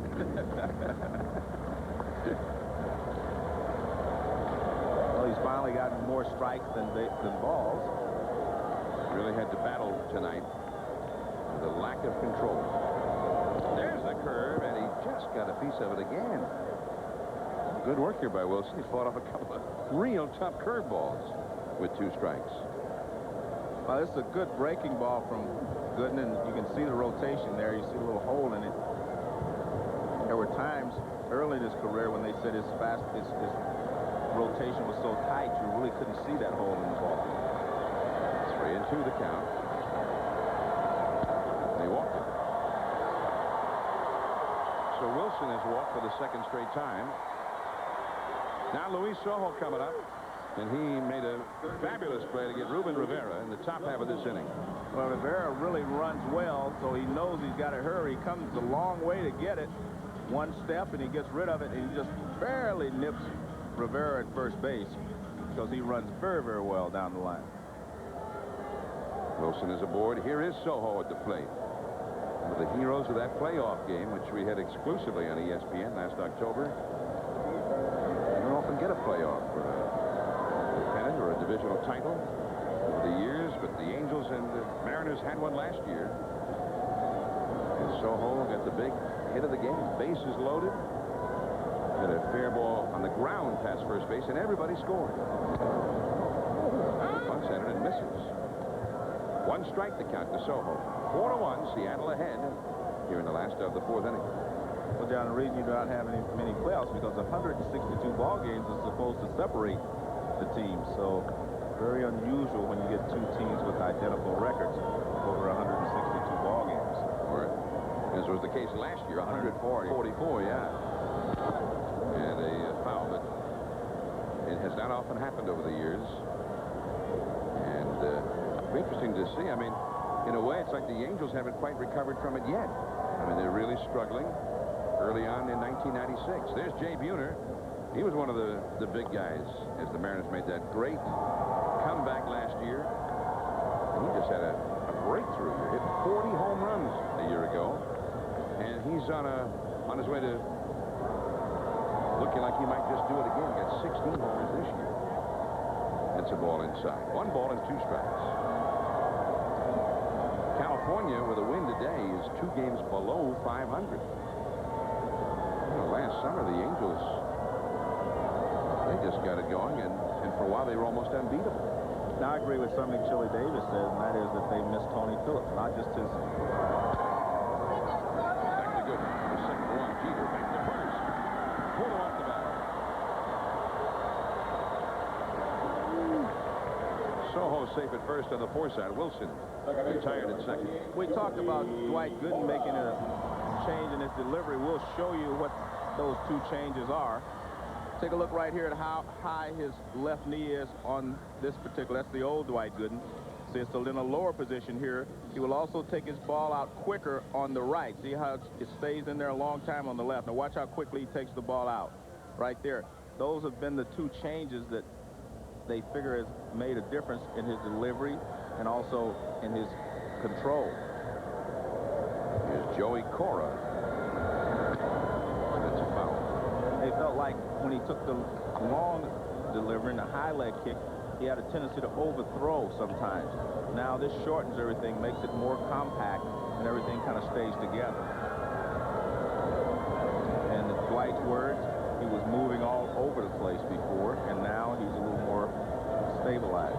So he kind of simplified the delivery, and he's had better command. Kind of like Randy Johnson did. Randy Johnson got a couple of tips, I guess, from Nolan Ryan, and he changed his delivery. He shortened everything on his side, and he's made him a better pitcher. There's Mel Stottlemyre. He's the one that made the changes in Dwight Gooden. And, of course, he had seen Dwight for a lot of years because he was with him when he was at the Mets. But going. And that ball was not hit. I mean, Cora, he swung at it. The ball ricocheted, I guess, off the shin guard of Girardi right back to Gooden. And over to second base on the play goes Soho. Running on the pitcher, he gets a steal for it. Yeah. Well, a good job by Cora, because he is supposed to swing. If the hitter runs, you're supposed to swing, not just to make contact, but it also keeps the catcher from jumping out in front. And it hits off the right shin of the umpire, Ed Hickox. Ed Hickox, yeah. There's, so the Mariners got a break there. Girardi ready to head back to the backstop, and the ball was heading back to Dwight. The steal for Soho, his second of the year. 1 out. Curveball, beauty, strike 3 call. With that big dropping curveball. That's that curveball just comes in, looks like it rises up before it drops down. Well, it does. It has a hump in it. That's what the hitters will call it. But, I mean, the bottom falls out. You watch it relieve his hand, there's a hump in it. See how it goes up, and then it does come down. 2 down, Darren Bragg, the leadoff man. He's hitting .314.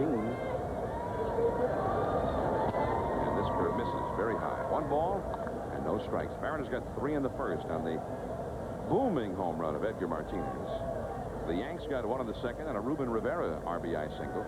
And then Alex Rodriguez hit a high fly ball homer into that short porch in right field. 4-1 Seattle.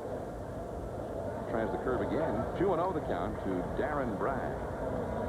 Alex Rodriguez is on deck. 4 runs, 4 hits for the Mariners. 1 run and 2 hits for the Yankees. Quite good, by the way, with that strikeout. That's his 3rd strikeout of the ball game. Also walk 3.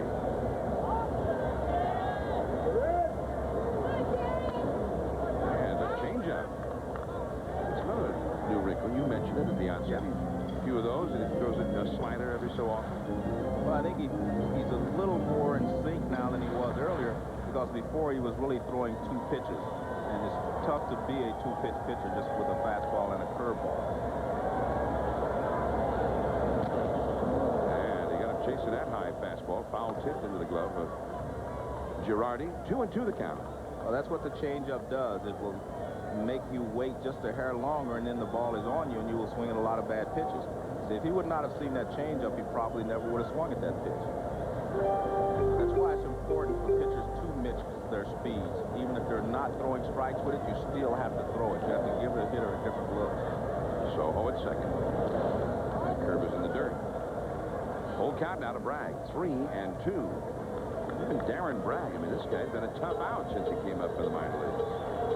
Hitting .314.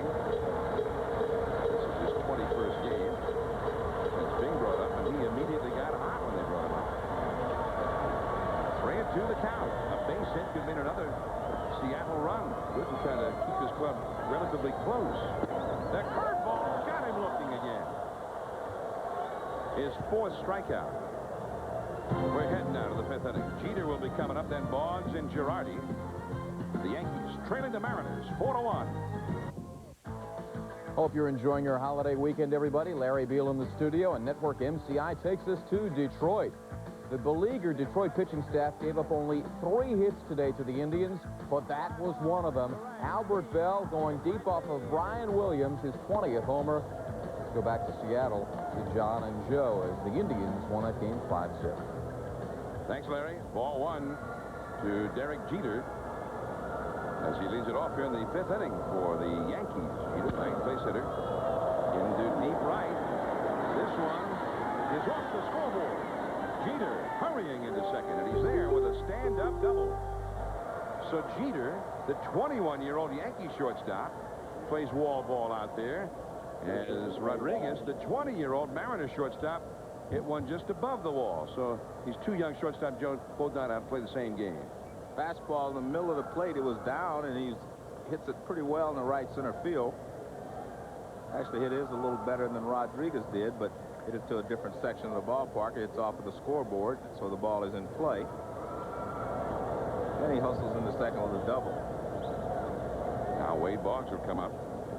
Derek Jeter. Some very talented young shortstops in baseball. Boggs smashes one into right field, a base hit. Jeter's being waved home. The throw by Bragg too late. They missed the great arm of Buhner there. It is 4-2. Boggs going out of character, swinging at the first pitch. Well, Wade's job was to make sure he pulled the ball. He got a ball middle of the plate in, so he went ahead and pulled it. It's a fastball in, so he pulls it, lines it hard to right field for a base hit. Bragg has to back up, wait for it, and by the time his throw gets in, Jeter has scored easily. Got pretty good speed, Joe. Yeah, he runs well. This is the full speed replay. Got there quickly. Now Joe Girardi comes up. Nobody out. A run is in, and the Seattle bullpen springs into action here as Menhart gives up a couple of hard base hits. 4 hits now for New York. And yeah, because New York does not have a lot of power, it's a situation where you may see Joe Torre hit the run because Girardi is good at that. Rafael Carmona warming up in the Seattle bullpen. Young right-hander. Girardi is grounded to third and grounded to short. Hit what could be a couple of double play balls so far. In a spot like this, they could have been. This is the first time Girardi has come up with somebody on base. Boggs at first. His strength as a leadoff man is just that he gets on base all the time. But once he's there, you've got to hit him around. He does not steal bases. 1 ball and no strikes. Menhart trying to recover here. This could be 2. Bring it to second. Corner to first. 2. Double play.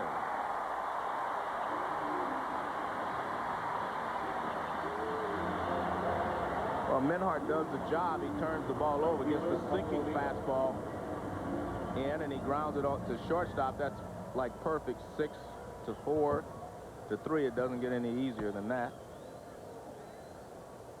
So 2 men are gone. Here is Paul O'Neill. And I'm sure Piniella and Menhart are much happier to see this big guy up there with nobody on base. And a 2-run lead. And that's a good pitch there by Menhart. They threw away last time up, got a couple of calls from the umpire. So now they come right in tight on him and tie him up with a fastball. Here, take a look at this pitch. Might have been a strike, but it's inside. O'Neill looking for a ball out over the plate because that's the way they pitched him last time. It's hard for a hitter to go up there and wipe out exactly what happened the last at bat. 1 ball and 1 strike now to O'Neill. O'Neill has walked and popped out to second. The Yankees have hit only 39 home runs. We say only 39. Remember, they're playing the Seattle club that has hit 84. It's a liner in the left center field. Griffey races over to Kingdome, and O'Neill is going to test his arm. He's out.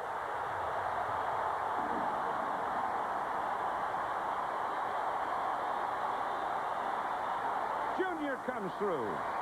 Rodriguez and then Junior. Coming up, 4-2, Seattle. Sunday Night Baseball continues. Last of the 5th. Here's Alex Rodriguez. It is now 4-2 for the Mariners. Dwight Gooden misses outside, ball 1. Now Rodriguez has lined a single into left field, and he's hit a high, lazy fly for a home run into the short porch in right field. He is 2 for 2. He is now hitting .359. Not technically a rookie. He cannot win the Rookie of the Year award because he's been up before. On the other hand, he's only 20 years old. That is a fair ball, a check swing into the bullpen. O'Neill's got to chase it, but Rodriguez is already into a trot. He's got a double. Oh, the young and gifted. I mean, things happen for you. I mean, he tried to check his swing, but things are going well for him right now. You see, he tried to check it, but hits a line drive inside of the first base bag. Nothing anyone can do. In fact, it hits the outside part of the line, so. John Shulock right there made the call, and now the big crowd starts to go a little bit nuts because Ken Griffey is coming up. Junior has walked and popped out to third, and he made that sensational throw with an excellent tag by Cora to get O'Neill trying for a double the last time. 4-2 Seattle. Third ball in the dirt for ball 1 now. Another tough inning for Gooden. He's in trouble big time already. You got Edgar Martinez on deck, then Sorrento. Each one of these guys capable of breaking this game open with one swing of the bat now. Joe Torino well knows. Last year, when the Yankees came out here to the West Coast, they just could not beat the Mariners. They couldn't beat anybody out on the West Coast last year. That was drilled deep down the line. I tell you what, Junior's in a groove right now where, I mean, the bat is just flying through the hitting zone, and you make any mistakes, you're going to be in trouble. And Fan out there hit this one so hard, the Fan thought better of trying to catch it. I got it. No. Well, he's smart, first of all. Let Paul O'Neill pick it up and give it to you. A very smart man out there, that's for sure. 1 ball, 1 strike to count. Change up, beautiful pitch. Center field. This is Ruben Rivera. Alex Rodriguez.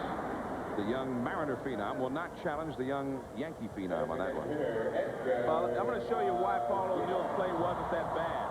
Griffey's running away from the play. He's left-handed. He has to stop, whirl, and throw. But that's why he wins Gold Glove, and that's why O'Neill is out right there. But not a bad play on O'Neill's part because there are 2 down. The guy's running the opposite direction, has to make a perfect throw and a perfect tag by Joey Cora. If he doesn't dive in there, more than likely O'Neill's going to be safe. So he gave up his body just to get in front of him. So good play there. Tim McClellan, the umpire, right on top of the play, making the call. And an excellent pitch there, I might add, by Dwight Gooden. He threw Griffey a fastball. If a guy's out in front of your fastball, you can afford to throw him a changeup. If he's late on your fastball, you don't throw him a changeup because he gets right on the target. Now look at this, Joe. They're going to walk a right-handed hitter for the first base open to get to a left-handed hitter. Now, the ultimate respect paid to the great talent of Edgar Martinez. When's the last time you saw this? I don't ever remember seeing this, and I haven't seen it in quite a while, but I tell you what, you're going to make Paul Sorrento pretty upset. That's right. I mean, this guy had 25 home runs last year. has already hit 10 this year. But, John, it's like you mentioned, I mean, the Yankees have not been able to get Martinez out, not only this year, but last year as well. So they do not have a pattern of which they think they can get him out with. So they figure they're better off going to Sorrento, who they do know how to pitch. They have a pattern that they want to use with Sorrento, but none with Martinez. You see Sorrento been much better against the right-handers. And, of course, with Cleveland, he was a platoon player. Only started against the right-handers, sat on the bench against the lefties. Well, Joe Torre is thrown away. That book. Yeah. That's a curve for a strike. As Lou Piniella was telling a George Steinbrenner story before the game, where in this ballpark a few years back when Piniella managed the Yankees, he started Don Mattingly at third base. Steinbrenner called and said, "What are you doing?" He told him why, and says, "Well, you better be right, or you know what's going to happen." I mean, I must admit, I mean, I haven't seen this done, maybe ever. And, I mean, this is a tough position to put your team in. You're only down 2 runs. I mean, if you pitch to Martinez, maybe gets a base hit, so what? But I think this is a difficult situation to put your team in. The curveball bounce foul. Gooden ahead of him now. 1 ball and 2 strikes with 2 men on and 1 man out. Rodriguez at second base. Edgar Martinez at first base. So what McSorley just said, hey, this guy's one of the great hitters in the game. I'd rather face the lefty than one of the great right-hand hitters in the game. Well, that may be true, but if you're Dwight Gooden on the mound, you say, I've made some mistakes pitching to him. I can't make a mistake in this situation. Let's face it, he got him out in the no-hitter, so he is capable of getting him out. So I guess my point is, what are you saying to your team? I really believe that Gooden would be better off pitching to him psychologically, just for the future, for 2 months from now, or whatever. Well, but Joe Torre is only thinking of today, and that's his job. First base was open. He could have kind of pitched around it. Right. The curveball. This is hit too slowly to be a double play. And they do get Sorrento. He's not that fast. Duncan making the play with the runners advancing. Rodriguez to third. Edgar to second. Nice play there by Duncan. That was a difficult play. He had to get it on the in-between hop. But see what happens now, John? You put 1 more runner in scoring position now. Chopper to the side, right side. Dwight can't get it. See, he gets it on the in-between hop. That's a tough hop, but he makes the play anyway. But both runners move up. Now you have 2 runners in scoring position. Now Doug Strange. First base is open. Strange, a switch hitter, batting left-handed, has grounded out to third, and he has been called out on strikes. 4-2 the Mariners in the last of the 5th. Again, Gooden trying to keep his club in the game.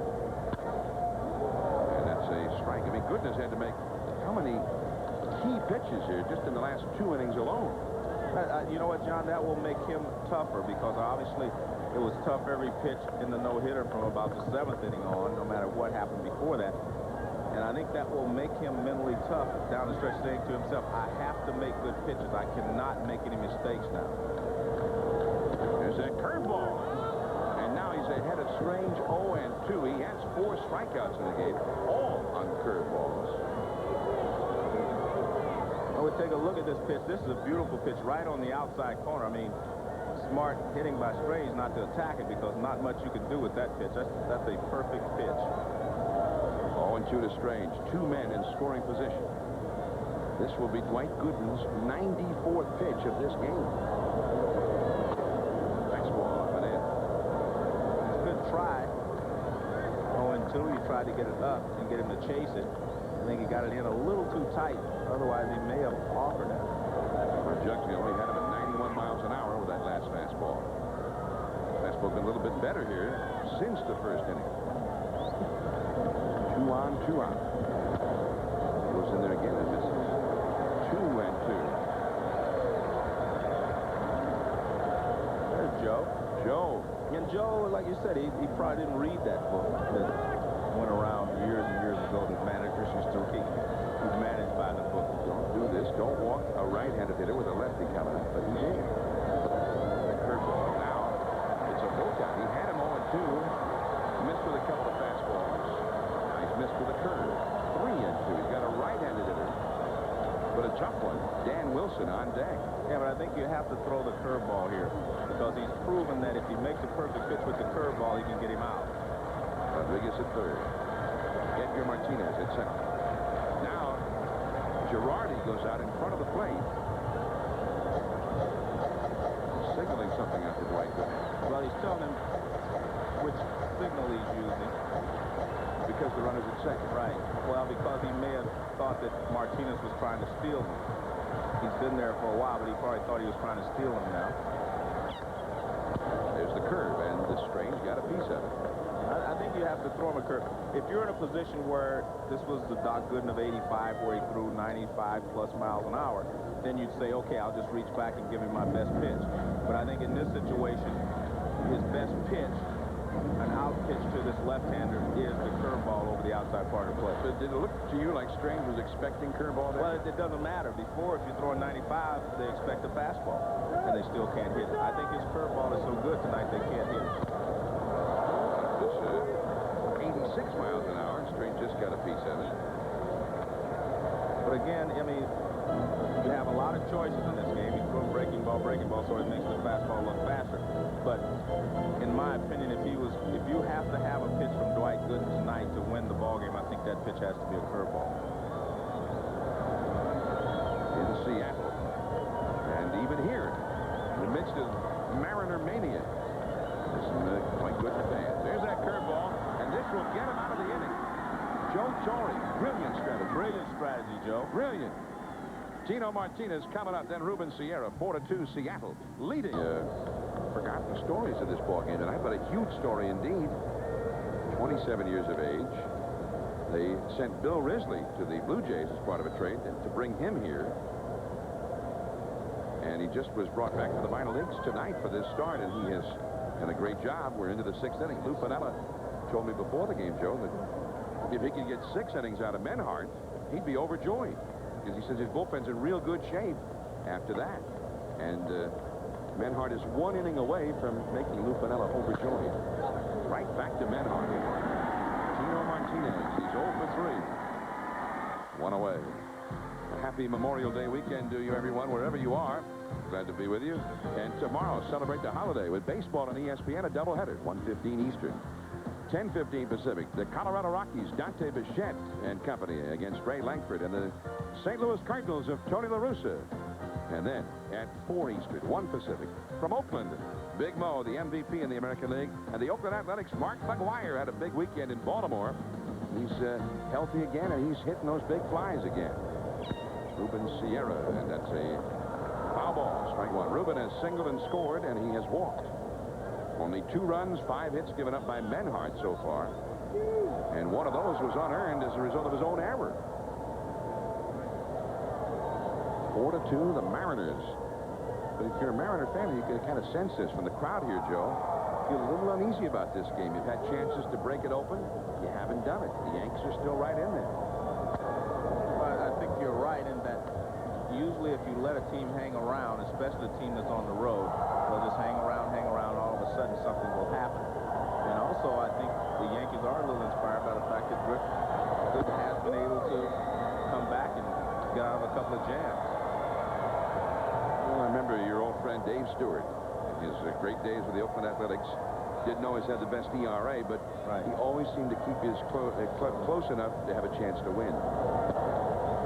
And really, that's what you want from a starting pitcher. You want him to give your team a chance to win. And that's what Gooden is trying to do here, stay close enough that, you know, if the Yankees were to explode, they could win this ball game. And it's 3-2. Ruben may have swung at ball 4 there. Menhart did not give in to him on 3-1.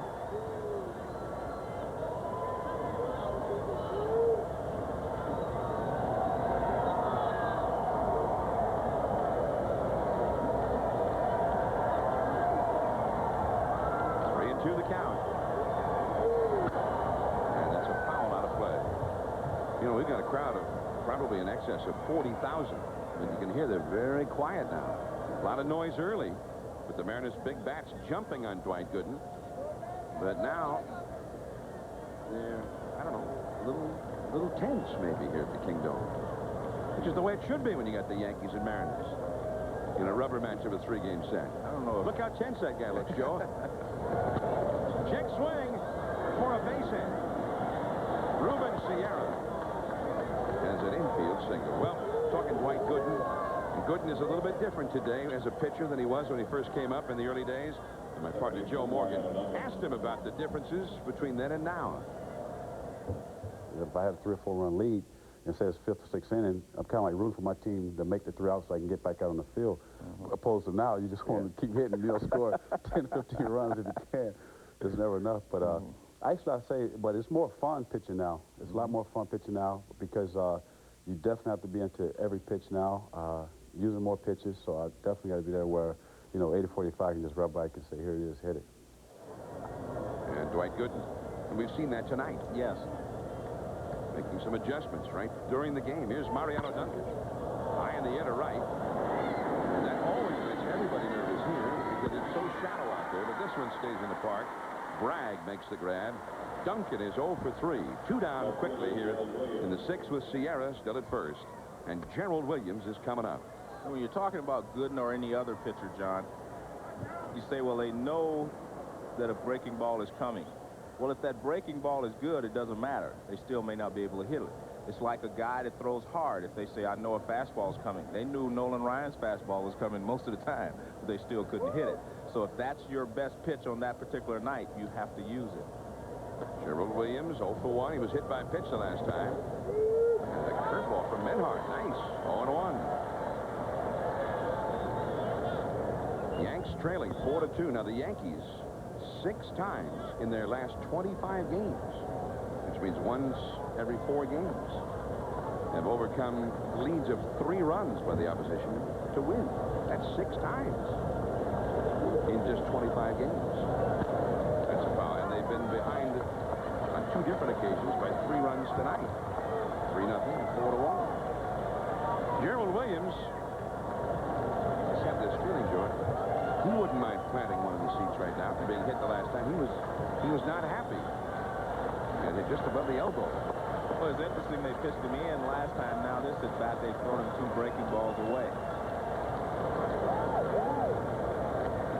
So they hit him to set him up for this at bat. That may be right. At least that's probably what Gerald was thinking when they hit him. He says, here's a 2-strike pitch now to Gerald.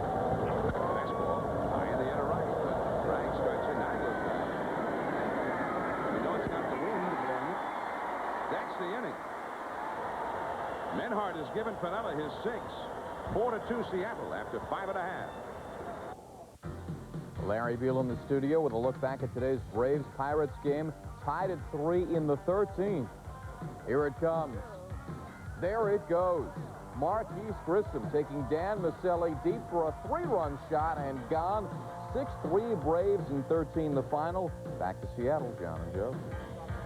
All right, Larry, and we will be seeing the Braves in Cincinnati next Sunday night, 8 Eastern, 5 Pacific. John Smoltz, I don't know. He's 10-1. We'd like to see him, but I don't know that he's going to be up next Sunday. We will see Fred McGriff and Chipper Jones and Ryan Klesko and the rest of them next Sunday against Barry Larkin, Eric Davis, and the Reds. Dan Wilson hits one very well, but to the wrong part of this ballpark. And it's caught easily by Ruben Rivera out there. And Wilson, after walking a couple times, he is retired in 1 pitch. And what a break for Gooden, who has now thrown 100 pitches.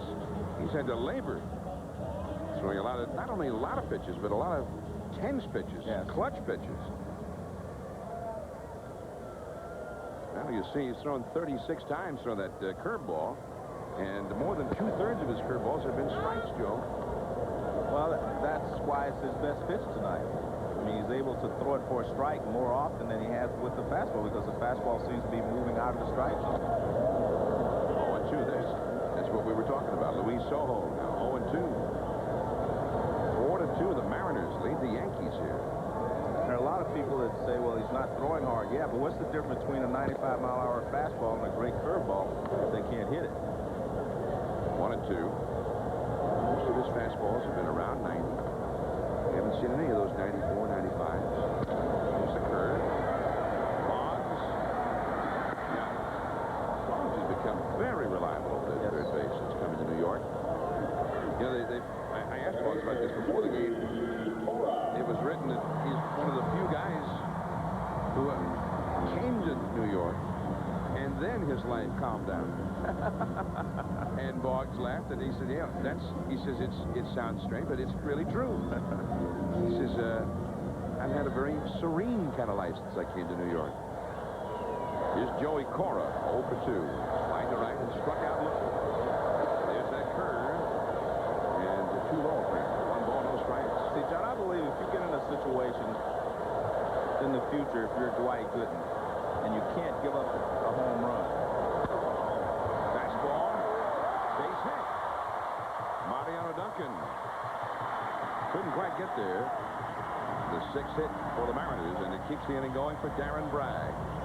I believe if you're in that situation and you're good, and you have to throw the curveball now, because first of all, it's harder to get the curveball in the air because it is biting very good and going down.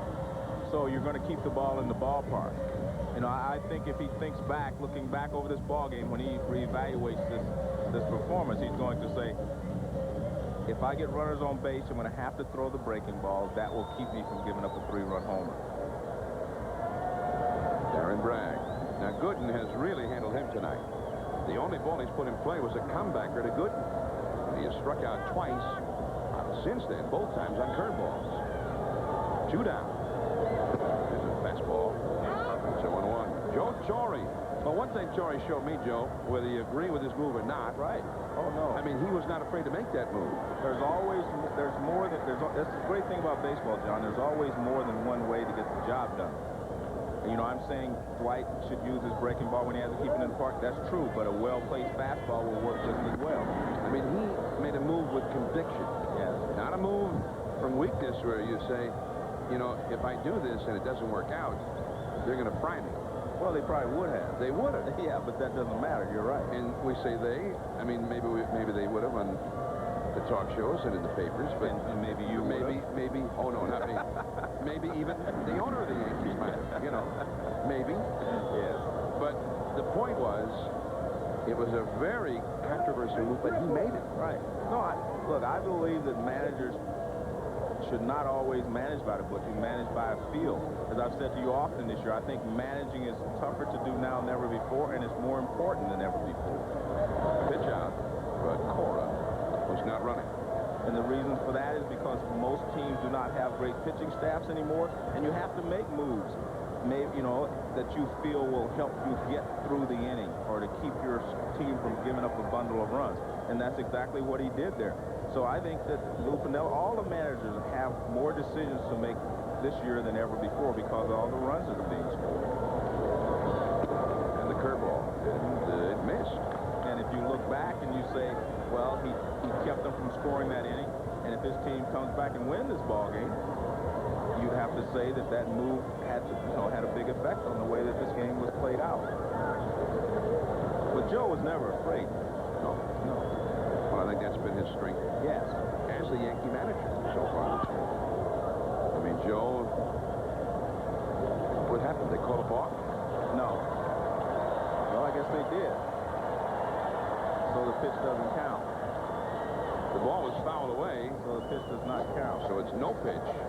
Had he hit a base hit now, then they could have accepted that instead of the ball. Let's take a look here, Joe.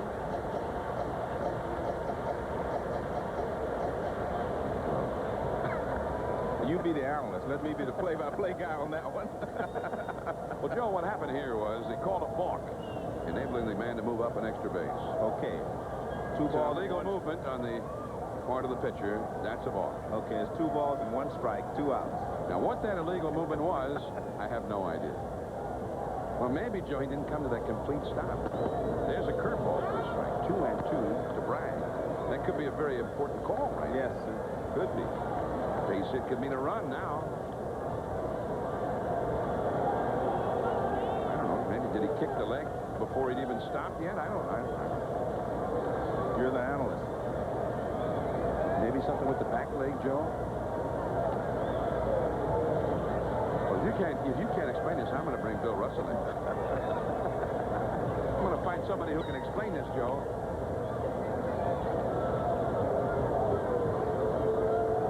I'm sorry, Joe. You've been great for 7 years, but now Now you're not giving me what I need, baby. Well, I was watching his hands, and it didn't seem like they broke too quickly, but apparently he did something wrong. Bullpen activity, meanwhile, for the Yankees. We've got Alex Rodriguez on deck, and then Griffey behind him. 2 down in the 6th inning. The curve. That's foul. Still 2-2.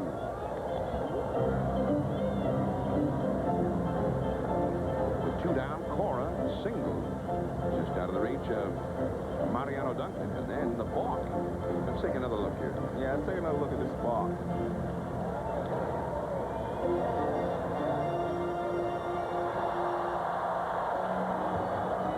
Could have called as it did not come to a pause. You know, he didn't pause long enough. That's got to be. I mean, that's the only thing they could have called. All right. Well, we solved that. 2-2. Curveball. Strike 3 call. The Mariners are 1 for 8 as a team in their at-bats with men in scoring position. The ESPN Sunday Night Baseball Game of the Week. John Miller and Joe Morgan, your Sunday night telecasters. We head to the late innings now. Inning number 7. John, I don't feel so bad. You asked Reggie Jackson where was the balk, and he didn't see it either. So, you know. Yeah, Reggie came through for you in the clutch again. Yes, he did. And there's ball 1 to Ruben Rivera. He has single home run, and then he was thrown out on one of the outstanding plays of the night. The barehanded grab of a bounding ball by Luis Sojo. Rivera 1 for 2. His 4th major league game of the year. He's hitting .500, 5 for 10. Menhart. That's a foul. Menhart into the 7th now. Pinella said he'd be overjoyed to get 6 out of the young right-hander. The last 10 games, the Mariners starters have averaged less than 5 innings, as you can see. That's why he was happy to get 6, right? Yeah. And his bullpen is well set up for the late innings. And his closer, Charlton, is well rested. That is a ball. 2-1.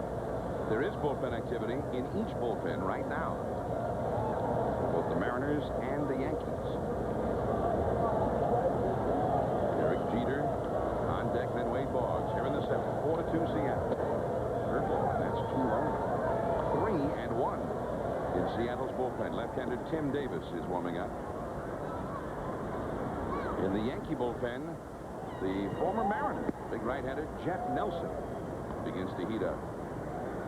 3-1 the count. Came after with that high fastball, and Ruben Rivera fouled it back to the screen. Rivera looks a little more mature than I thought he would. He's able to lay off of the breaking balls, even though he knows they're throwing him a lot of them. He's been able to lay off, not chase them out of the strike zone, and he's had a fastball to hit every time up. 3-2 the count. And he threw the breaking ball at 3-2. And he walked him, and he may have put himself out of this ball game. We'll see. Although Pinella only has a left-hander up in his bullpen with a right-hander batting Jeter coming up. Boggs a lefty on deck. I guarantee you that Pinella would question that pitch selection there. Throwing a 3-2 curveball, you know, leading off an inning, the last thing you want to do is walk someone because that brings the tying run to the plate. Although, you know, interesting story. A week ago, when you and I were in Detroit, the Mariners blew a lead in Baltimore when a Mariner pitcher shook off the sign from the catcher. Did not throw the pitch that was called for by Dan Wilson. And Pinella afterwards said, no more shaking off the signs. If the catcher wants it, you throw that, and that's it. So I guess maybe the catcher called it then. Well, here comes Pinella now. He's fallen behind Jeter. 1 ball and no strikes. Jeter, the young Yankee phenom, doubled off the big scoreboard in right center in the 5th inning and scored a run. So Pinella walking very slowly out there. With his left-hander, Tim Davis, heating up in the bullpen. Well, Pinella says when he goes to the mound, he's not going out to talk about mechanics or anything like that. He wants to know why they can't throw strikes. And if he doesn't get the answer he wants, he says, makes a move. Well, he's going to stay with it.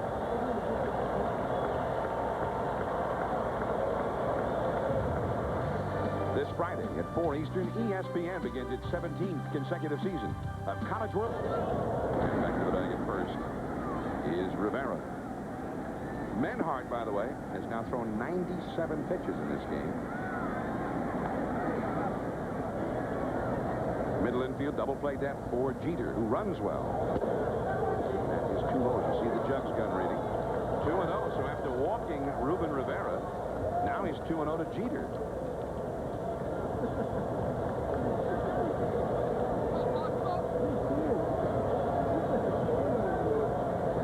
2-0 the count.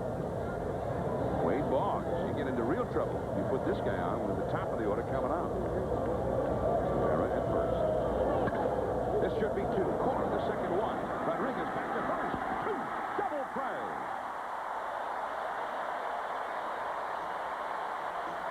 That's the second time in the last 3 innings that Menhart got the big double play ball just when he needed it.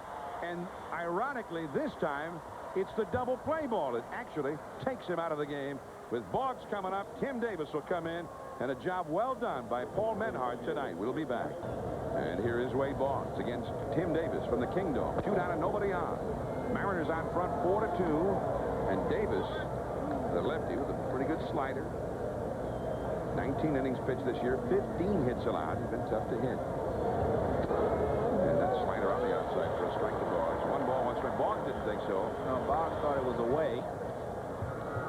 But that's basically what Tim Davis throws as a breaking ball. He comes in, especially for left-handers, he basically throws them a lot of breaking balls.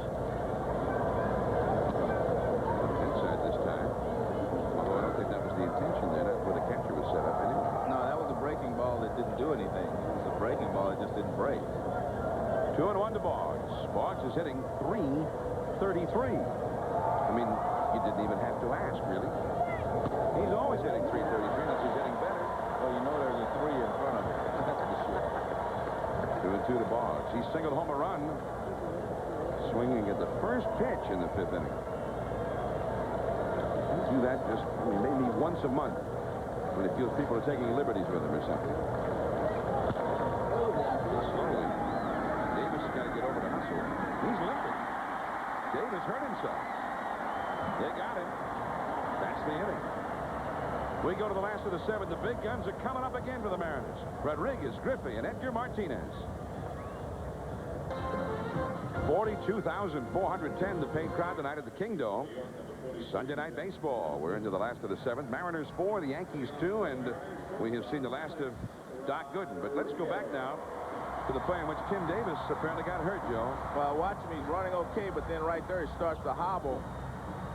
And it, you know, looks like it's his right leg. I'm not sure. No, maybe it's his left leg. Well, it's one of them. I know that. Yeah, one of the 2. There's Jeff Nelson, the former Mariner, coming out of relief of Dwight Gooden. Gooden went 6 innings. You see, Nelson's numbers are very poor at this new ball club. Last year, he was just outstanding here in Seattle, but he has struggled, including in this ballpark Friday. He gave up a 3-run homer to Ken Griffey on Friday. He may be on just to face the one man because the left-hander, Howe, is throwing in the Yankee bullpen. Alex Rodriguez. A strike. Rodriguez has singled, homered, and doubled. He has 3 parts of the cycle. He's lacking the triple. He fluffs the button and takes a slider for a strike on the outside. Jeff Nelson, 6 feet 8 inches tall. Blossomed kind of late. He's from Baltimore and started in the Dodgers organization as a starting pitcher. And he struggled terribly. Bounced around for many years before he found a home here in Seattle as a relief pitcher. Well, he's really tough on the right-handers because he kind of comes sidearm and he's not used to picking the ball up from that lower delivery. And he has a pretty good breaking ball. Nelson's glove. Jeter, not in time. Great play by Jeter, but look at the speed of Rodriguez. Both of these shortstops can fly. I I mean, I watched Jeter run out that last double play ground ball he hit, and I mean, he was really getting down the line. And you see Jeter kind of smiling. He thought he was going to be able to get him, but Rodriguez gets out of the box quickly, off balance. He still gets enough on the throw. That's just a lot of speed there by Rodriguez. See, he's moving as towards first base. When he hit it, you can see, I mean, he can pick it up and lay him down. Steve Howe gets the call with Ken Griffey Jr. coming up. Alex Rodriguez now hitting .369. We'll be back. Steve Howe comes on now before the big crowd here at the Kingdome with Ken Griffey Jr. at the plate. Alex Rodriguez at first. The Mariners already leading 4-2. Rodriguez back to the bat. On Friday in this ballpark, Griffey hit one of his 3 home runs against Steve Howe. Howe with a 7.15 ERA for the year. Nobody out. Griffey shows bunt. Takes low. Was he kidding, Joe? Yes. I think he just wanted to take a look at a pitch, and he decided he might as well make a bunt.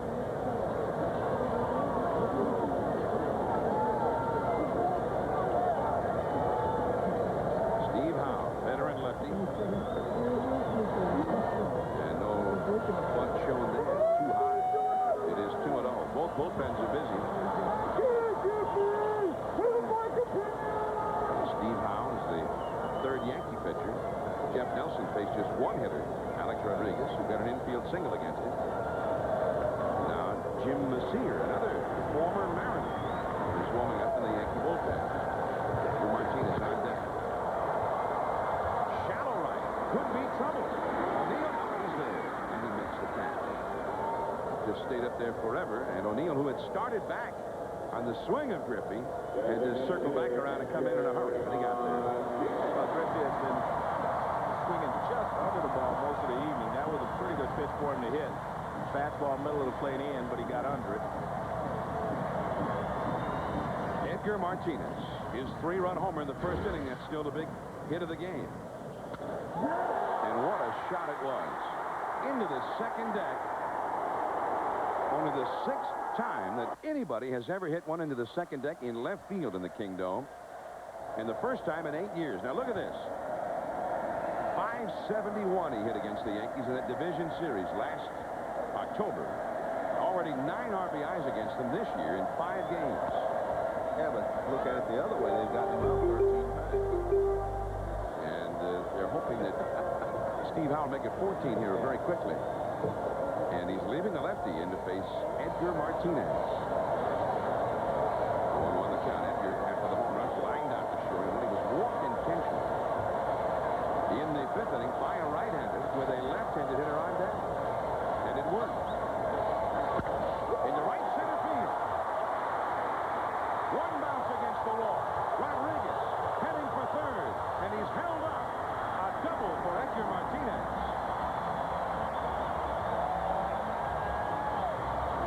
Well, Rodriguez is hitting himself on the head over there at 3rd base because he should have been able to score on that ball, John.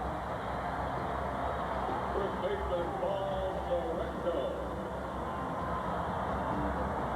Fastball, it was at the middle of the plate in, but he shoots it in the right center field. See, that ball is in. You can see him pull his hands in and just rifle that ball in the gap. And see, Rodriguez, something must have happened around here because, well, he slows down right there, but the coach is slowing him down. So I'm still surprised that he wasn't able to score. John McLaren holding him up. Now the Yankees bring the infield in for Paul Sorrento. Well, Joe Torre has surprised us a couple of times. There's a slider. Swung on and missed. I mean, he had the right-hander, as we said, walk him. Now he leaves the left-hander in to pitch to him. And then Edgar shows us why he had Dwight walk him the last time. His 26th double of the year. Sorrento, the left-handed hitter. Howe with a 1-1 count on Sorrento. This, again, this could be the key to the Yankees' ability to come back and win this ballgame right here. The Mariners, though, have not been able to get the big hit tonight with those men in scoring position. They are 1 for 8 as a team. The only hit they've gotten in the clutch spot from Edgar Martinez. That will keep the runner at 3rd. This is Jeter. And he very calmly throws out Sorrento. They're 1 for 9 now in these at-bats in the clutch. And that leaves it to Doug Strange, a switch hitter. Even a fly ball could have gotten a run home there. They didn't even need a hit to get the run.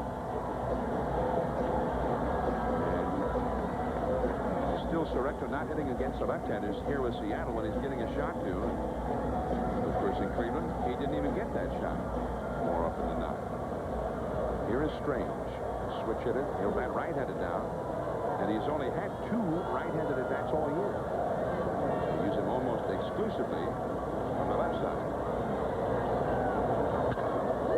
Right field, there is O'Neill. And the Yankees are still breathing in this one. The Mariners 1 for 10, and they have left 7 men in scoring position in those at-bats. Girardi, O'Neill, and Tino. Edgar Martinez, 3-run homer. Alex Rodriguez, a solo shot for the 4 Mariner runs. And now the ESPN Sunday Night Baseball Game of the Week continues. John Miller, Joe Morgan with you. Joe Girardi coming up. And a couple of changes for the Mariners. The new pitcher, Norm Charlton. And he's the Mariner closer. And Lou Piniella going to ask him to close one with a couple of innings, which was very commonplace to see Charlton do that, especially late last year. The batter, Joe Girardi, 0 for 3. Into deep left center field. Griffey on the run. Who's there now?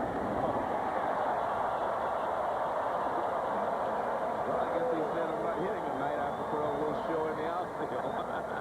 Well, did that ball fool him a little bit at the last show? What happened there? I don't think it fooled him. He just looked like he got there and then decided that he liked the way Willie Mays made that catch in the World Series. See, he's there. He's there in plenty of time.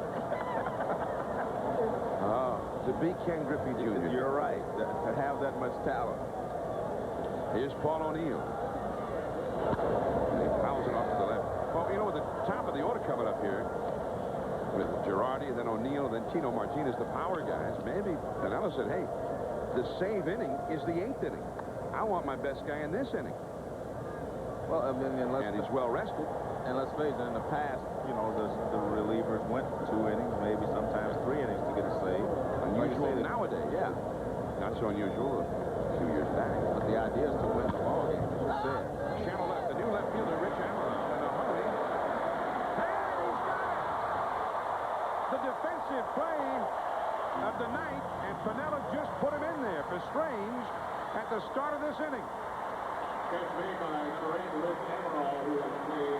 They hadn't even introduced him as a defensive replacement. The PA man just introducing him now, as are we. Fastball up and in, and O'Neill just swings at it. Doesn't get much of it, but Amaral comes in, and he does the slide and comes up with it. Nice play. Nice play right there. It's the full speed look at it. Here is Tino Martinez. 2 down and nobody on. Charlton, one of those nasty boys a few years back with Cincinnati. And he's still nasty. If you're left-handed, especially.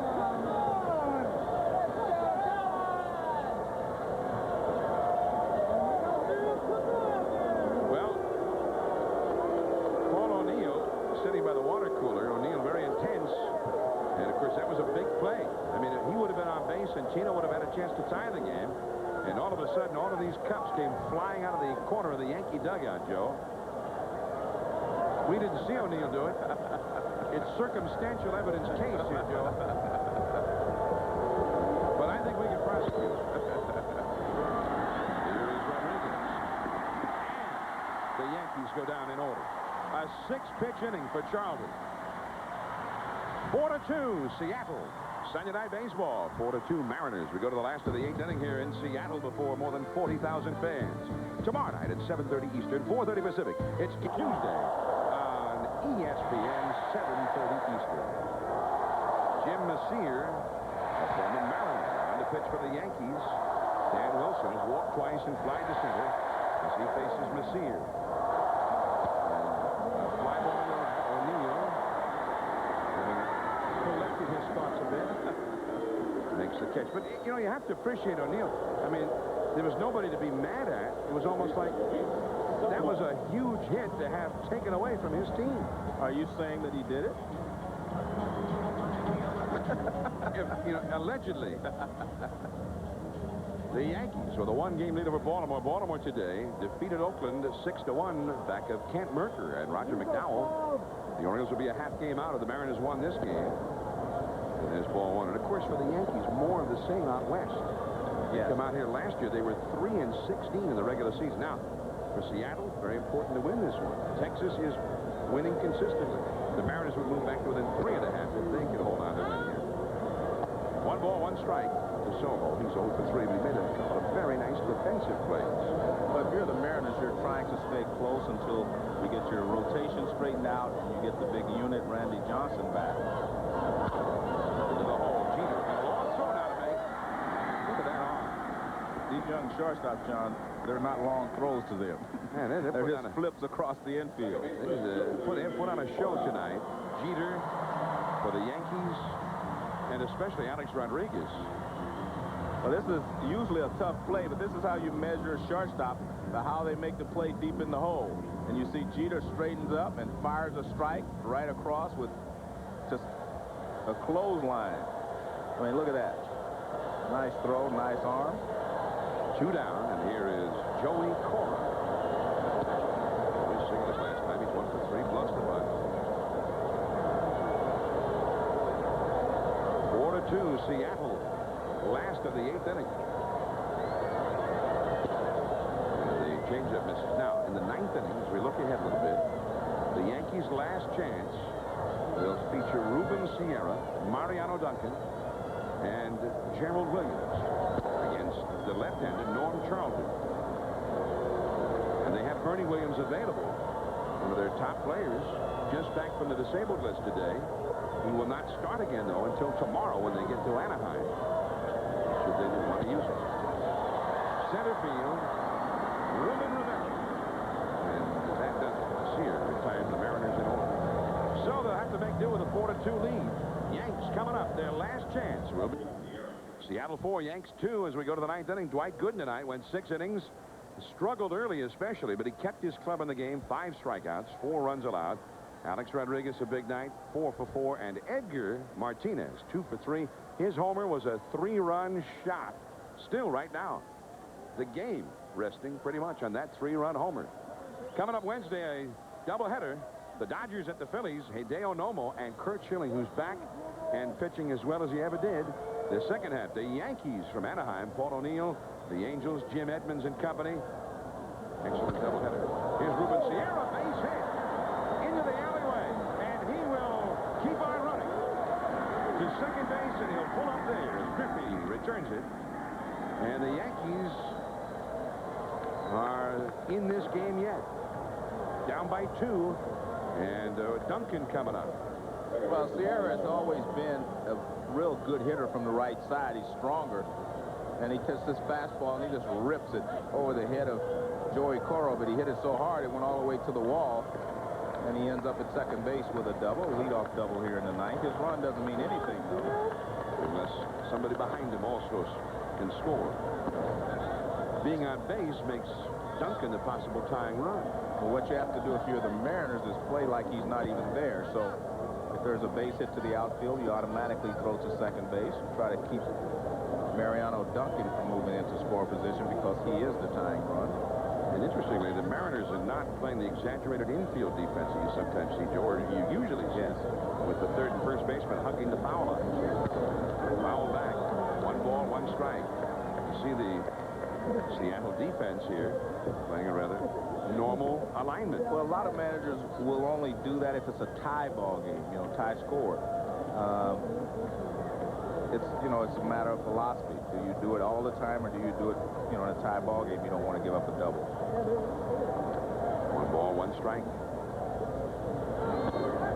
Charlton missing badly there. 2-1.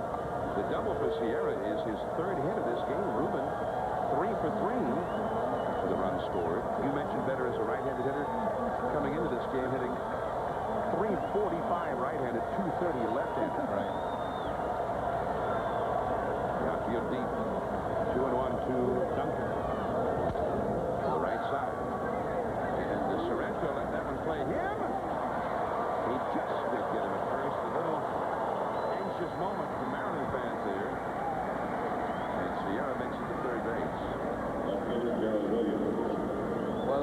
bounced up high, so Sorrento took his time. He gave it to Charlton in plenty of time, but Charlton slowed down to make sure he got his steps right. And Duncan hustling all the way, almost tied him there at first base. Well, here is Gerald Williams, and he's got pretty good power. He's the possible tying run. Ball one.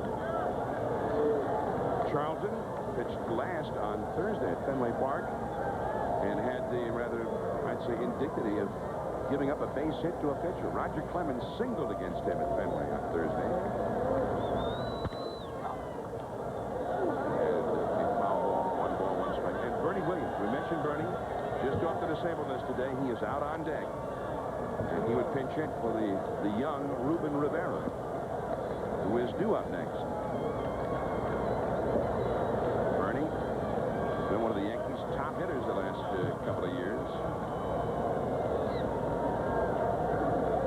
4-2, the Mariners on top. The Yankees, their first West Coast trip of the year, and they're in danger of losing 2 out of 3 in the first series on that trip. Stay tuned now. Sports Center comes up right after the ball game. The Indy 500 and the U.S. 500. Highlights of both. The Sonics take command of the NBA playoffs, and a Sunday conversation between Joe Morgan and Dwight Gooden. Now we get the run home. Soho throws out Gerald Williams. So 2 down with nobody on, and it's a 1-run game. And Bernie Williams will take his best shot here to keep the Yankees alive in this one. 4-3 the score now. Batting for Rivera, number 51, Bernie Williams. Bernie had a pulled muscle in his left calf, and he tried to play on it. It was just too painful. Gave him a few days off. Still no improvement, so finally they put him on the disabled list, and just today they brought him off. They sent Scott Kamenecki out, back to the minor leagues. Kamenecki was getting clobbered. Now Bernie has some power, and particularly as a right-handed hitter. He's averaged 1 homer every 11.7 at-bats from the right side this year. And it was a similar story last year. Power versus power. 0-1. A little tough situation for Bernie because he hasn't faced live pitching for a while. And Norm Charlton is one of the best pitchers in the league.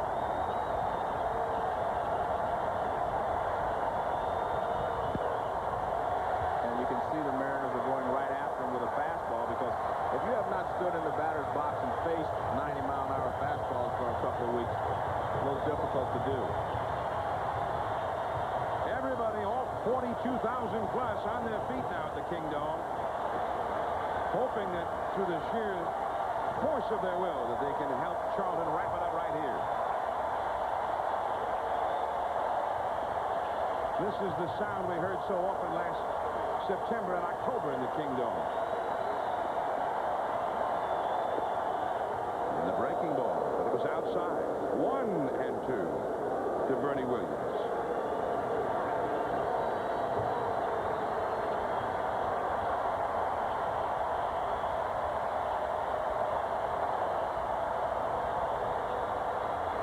Derek Jeter on deck. He would be next.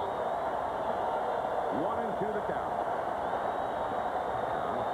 Charlton seems to be disagreeing with Wilson on what pitch to throw. Bernie calls for time momentarily. Now here we go. Struck him out. The Mariners take the series from the Yankees.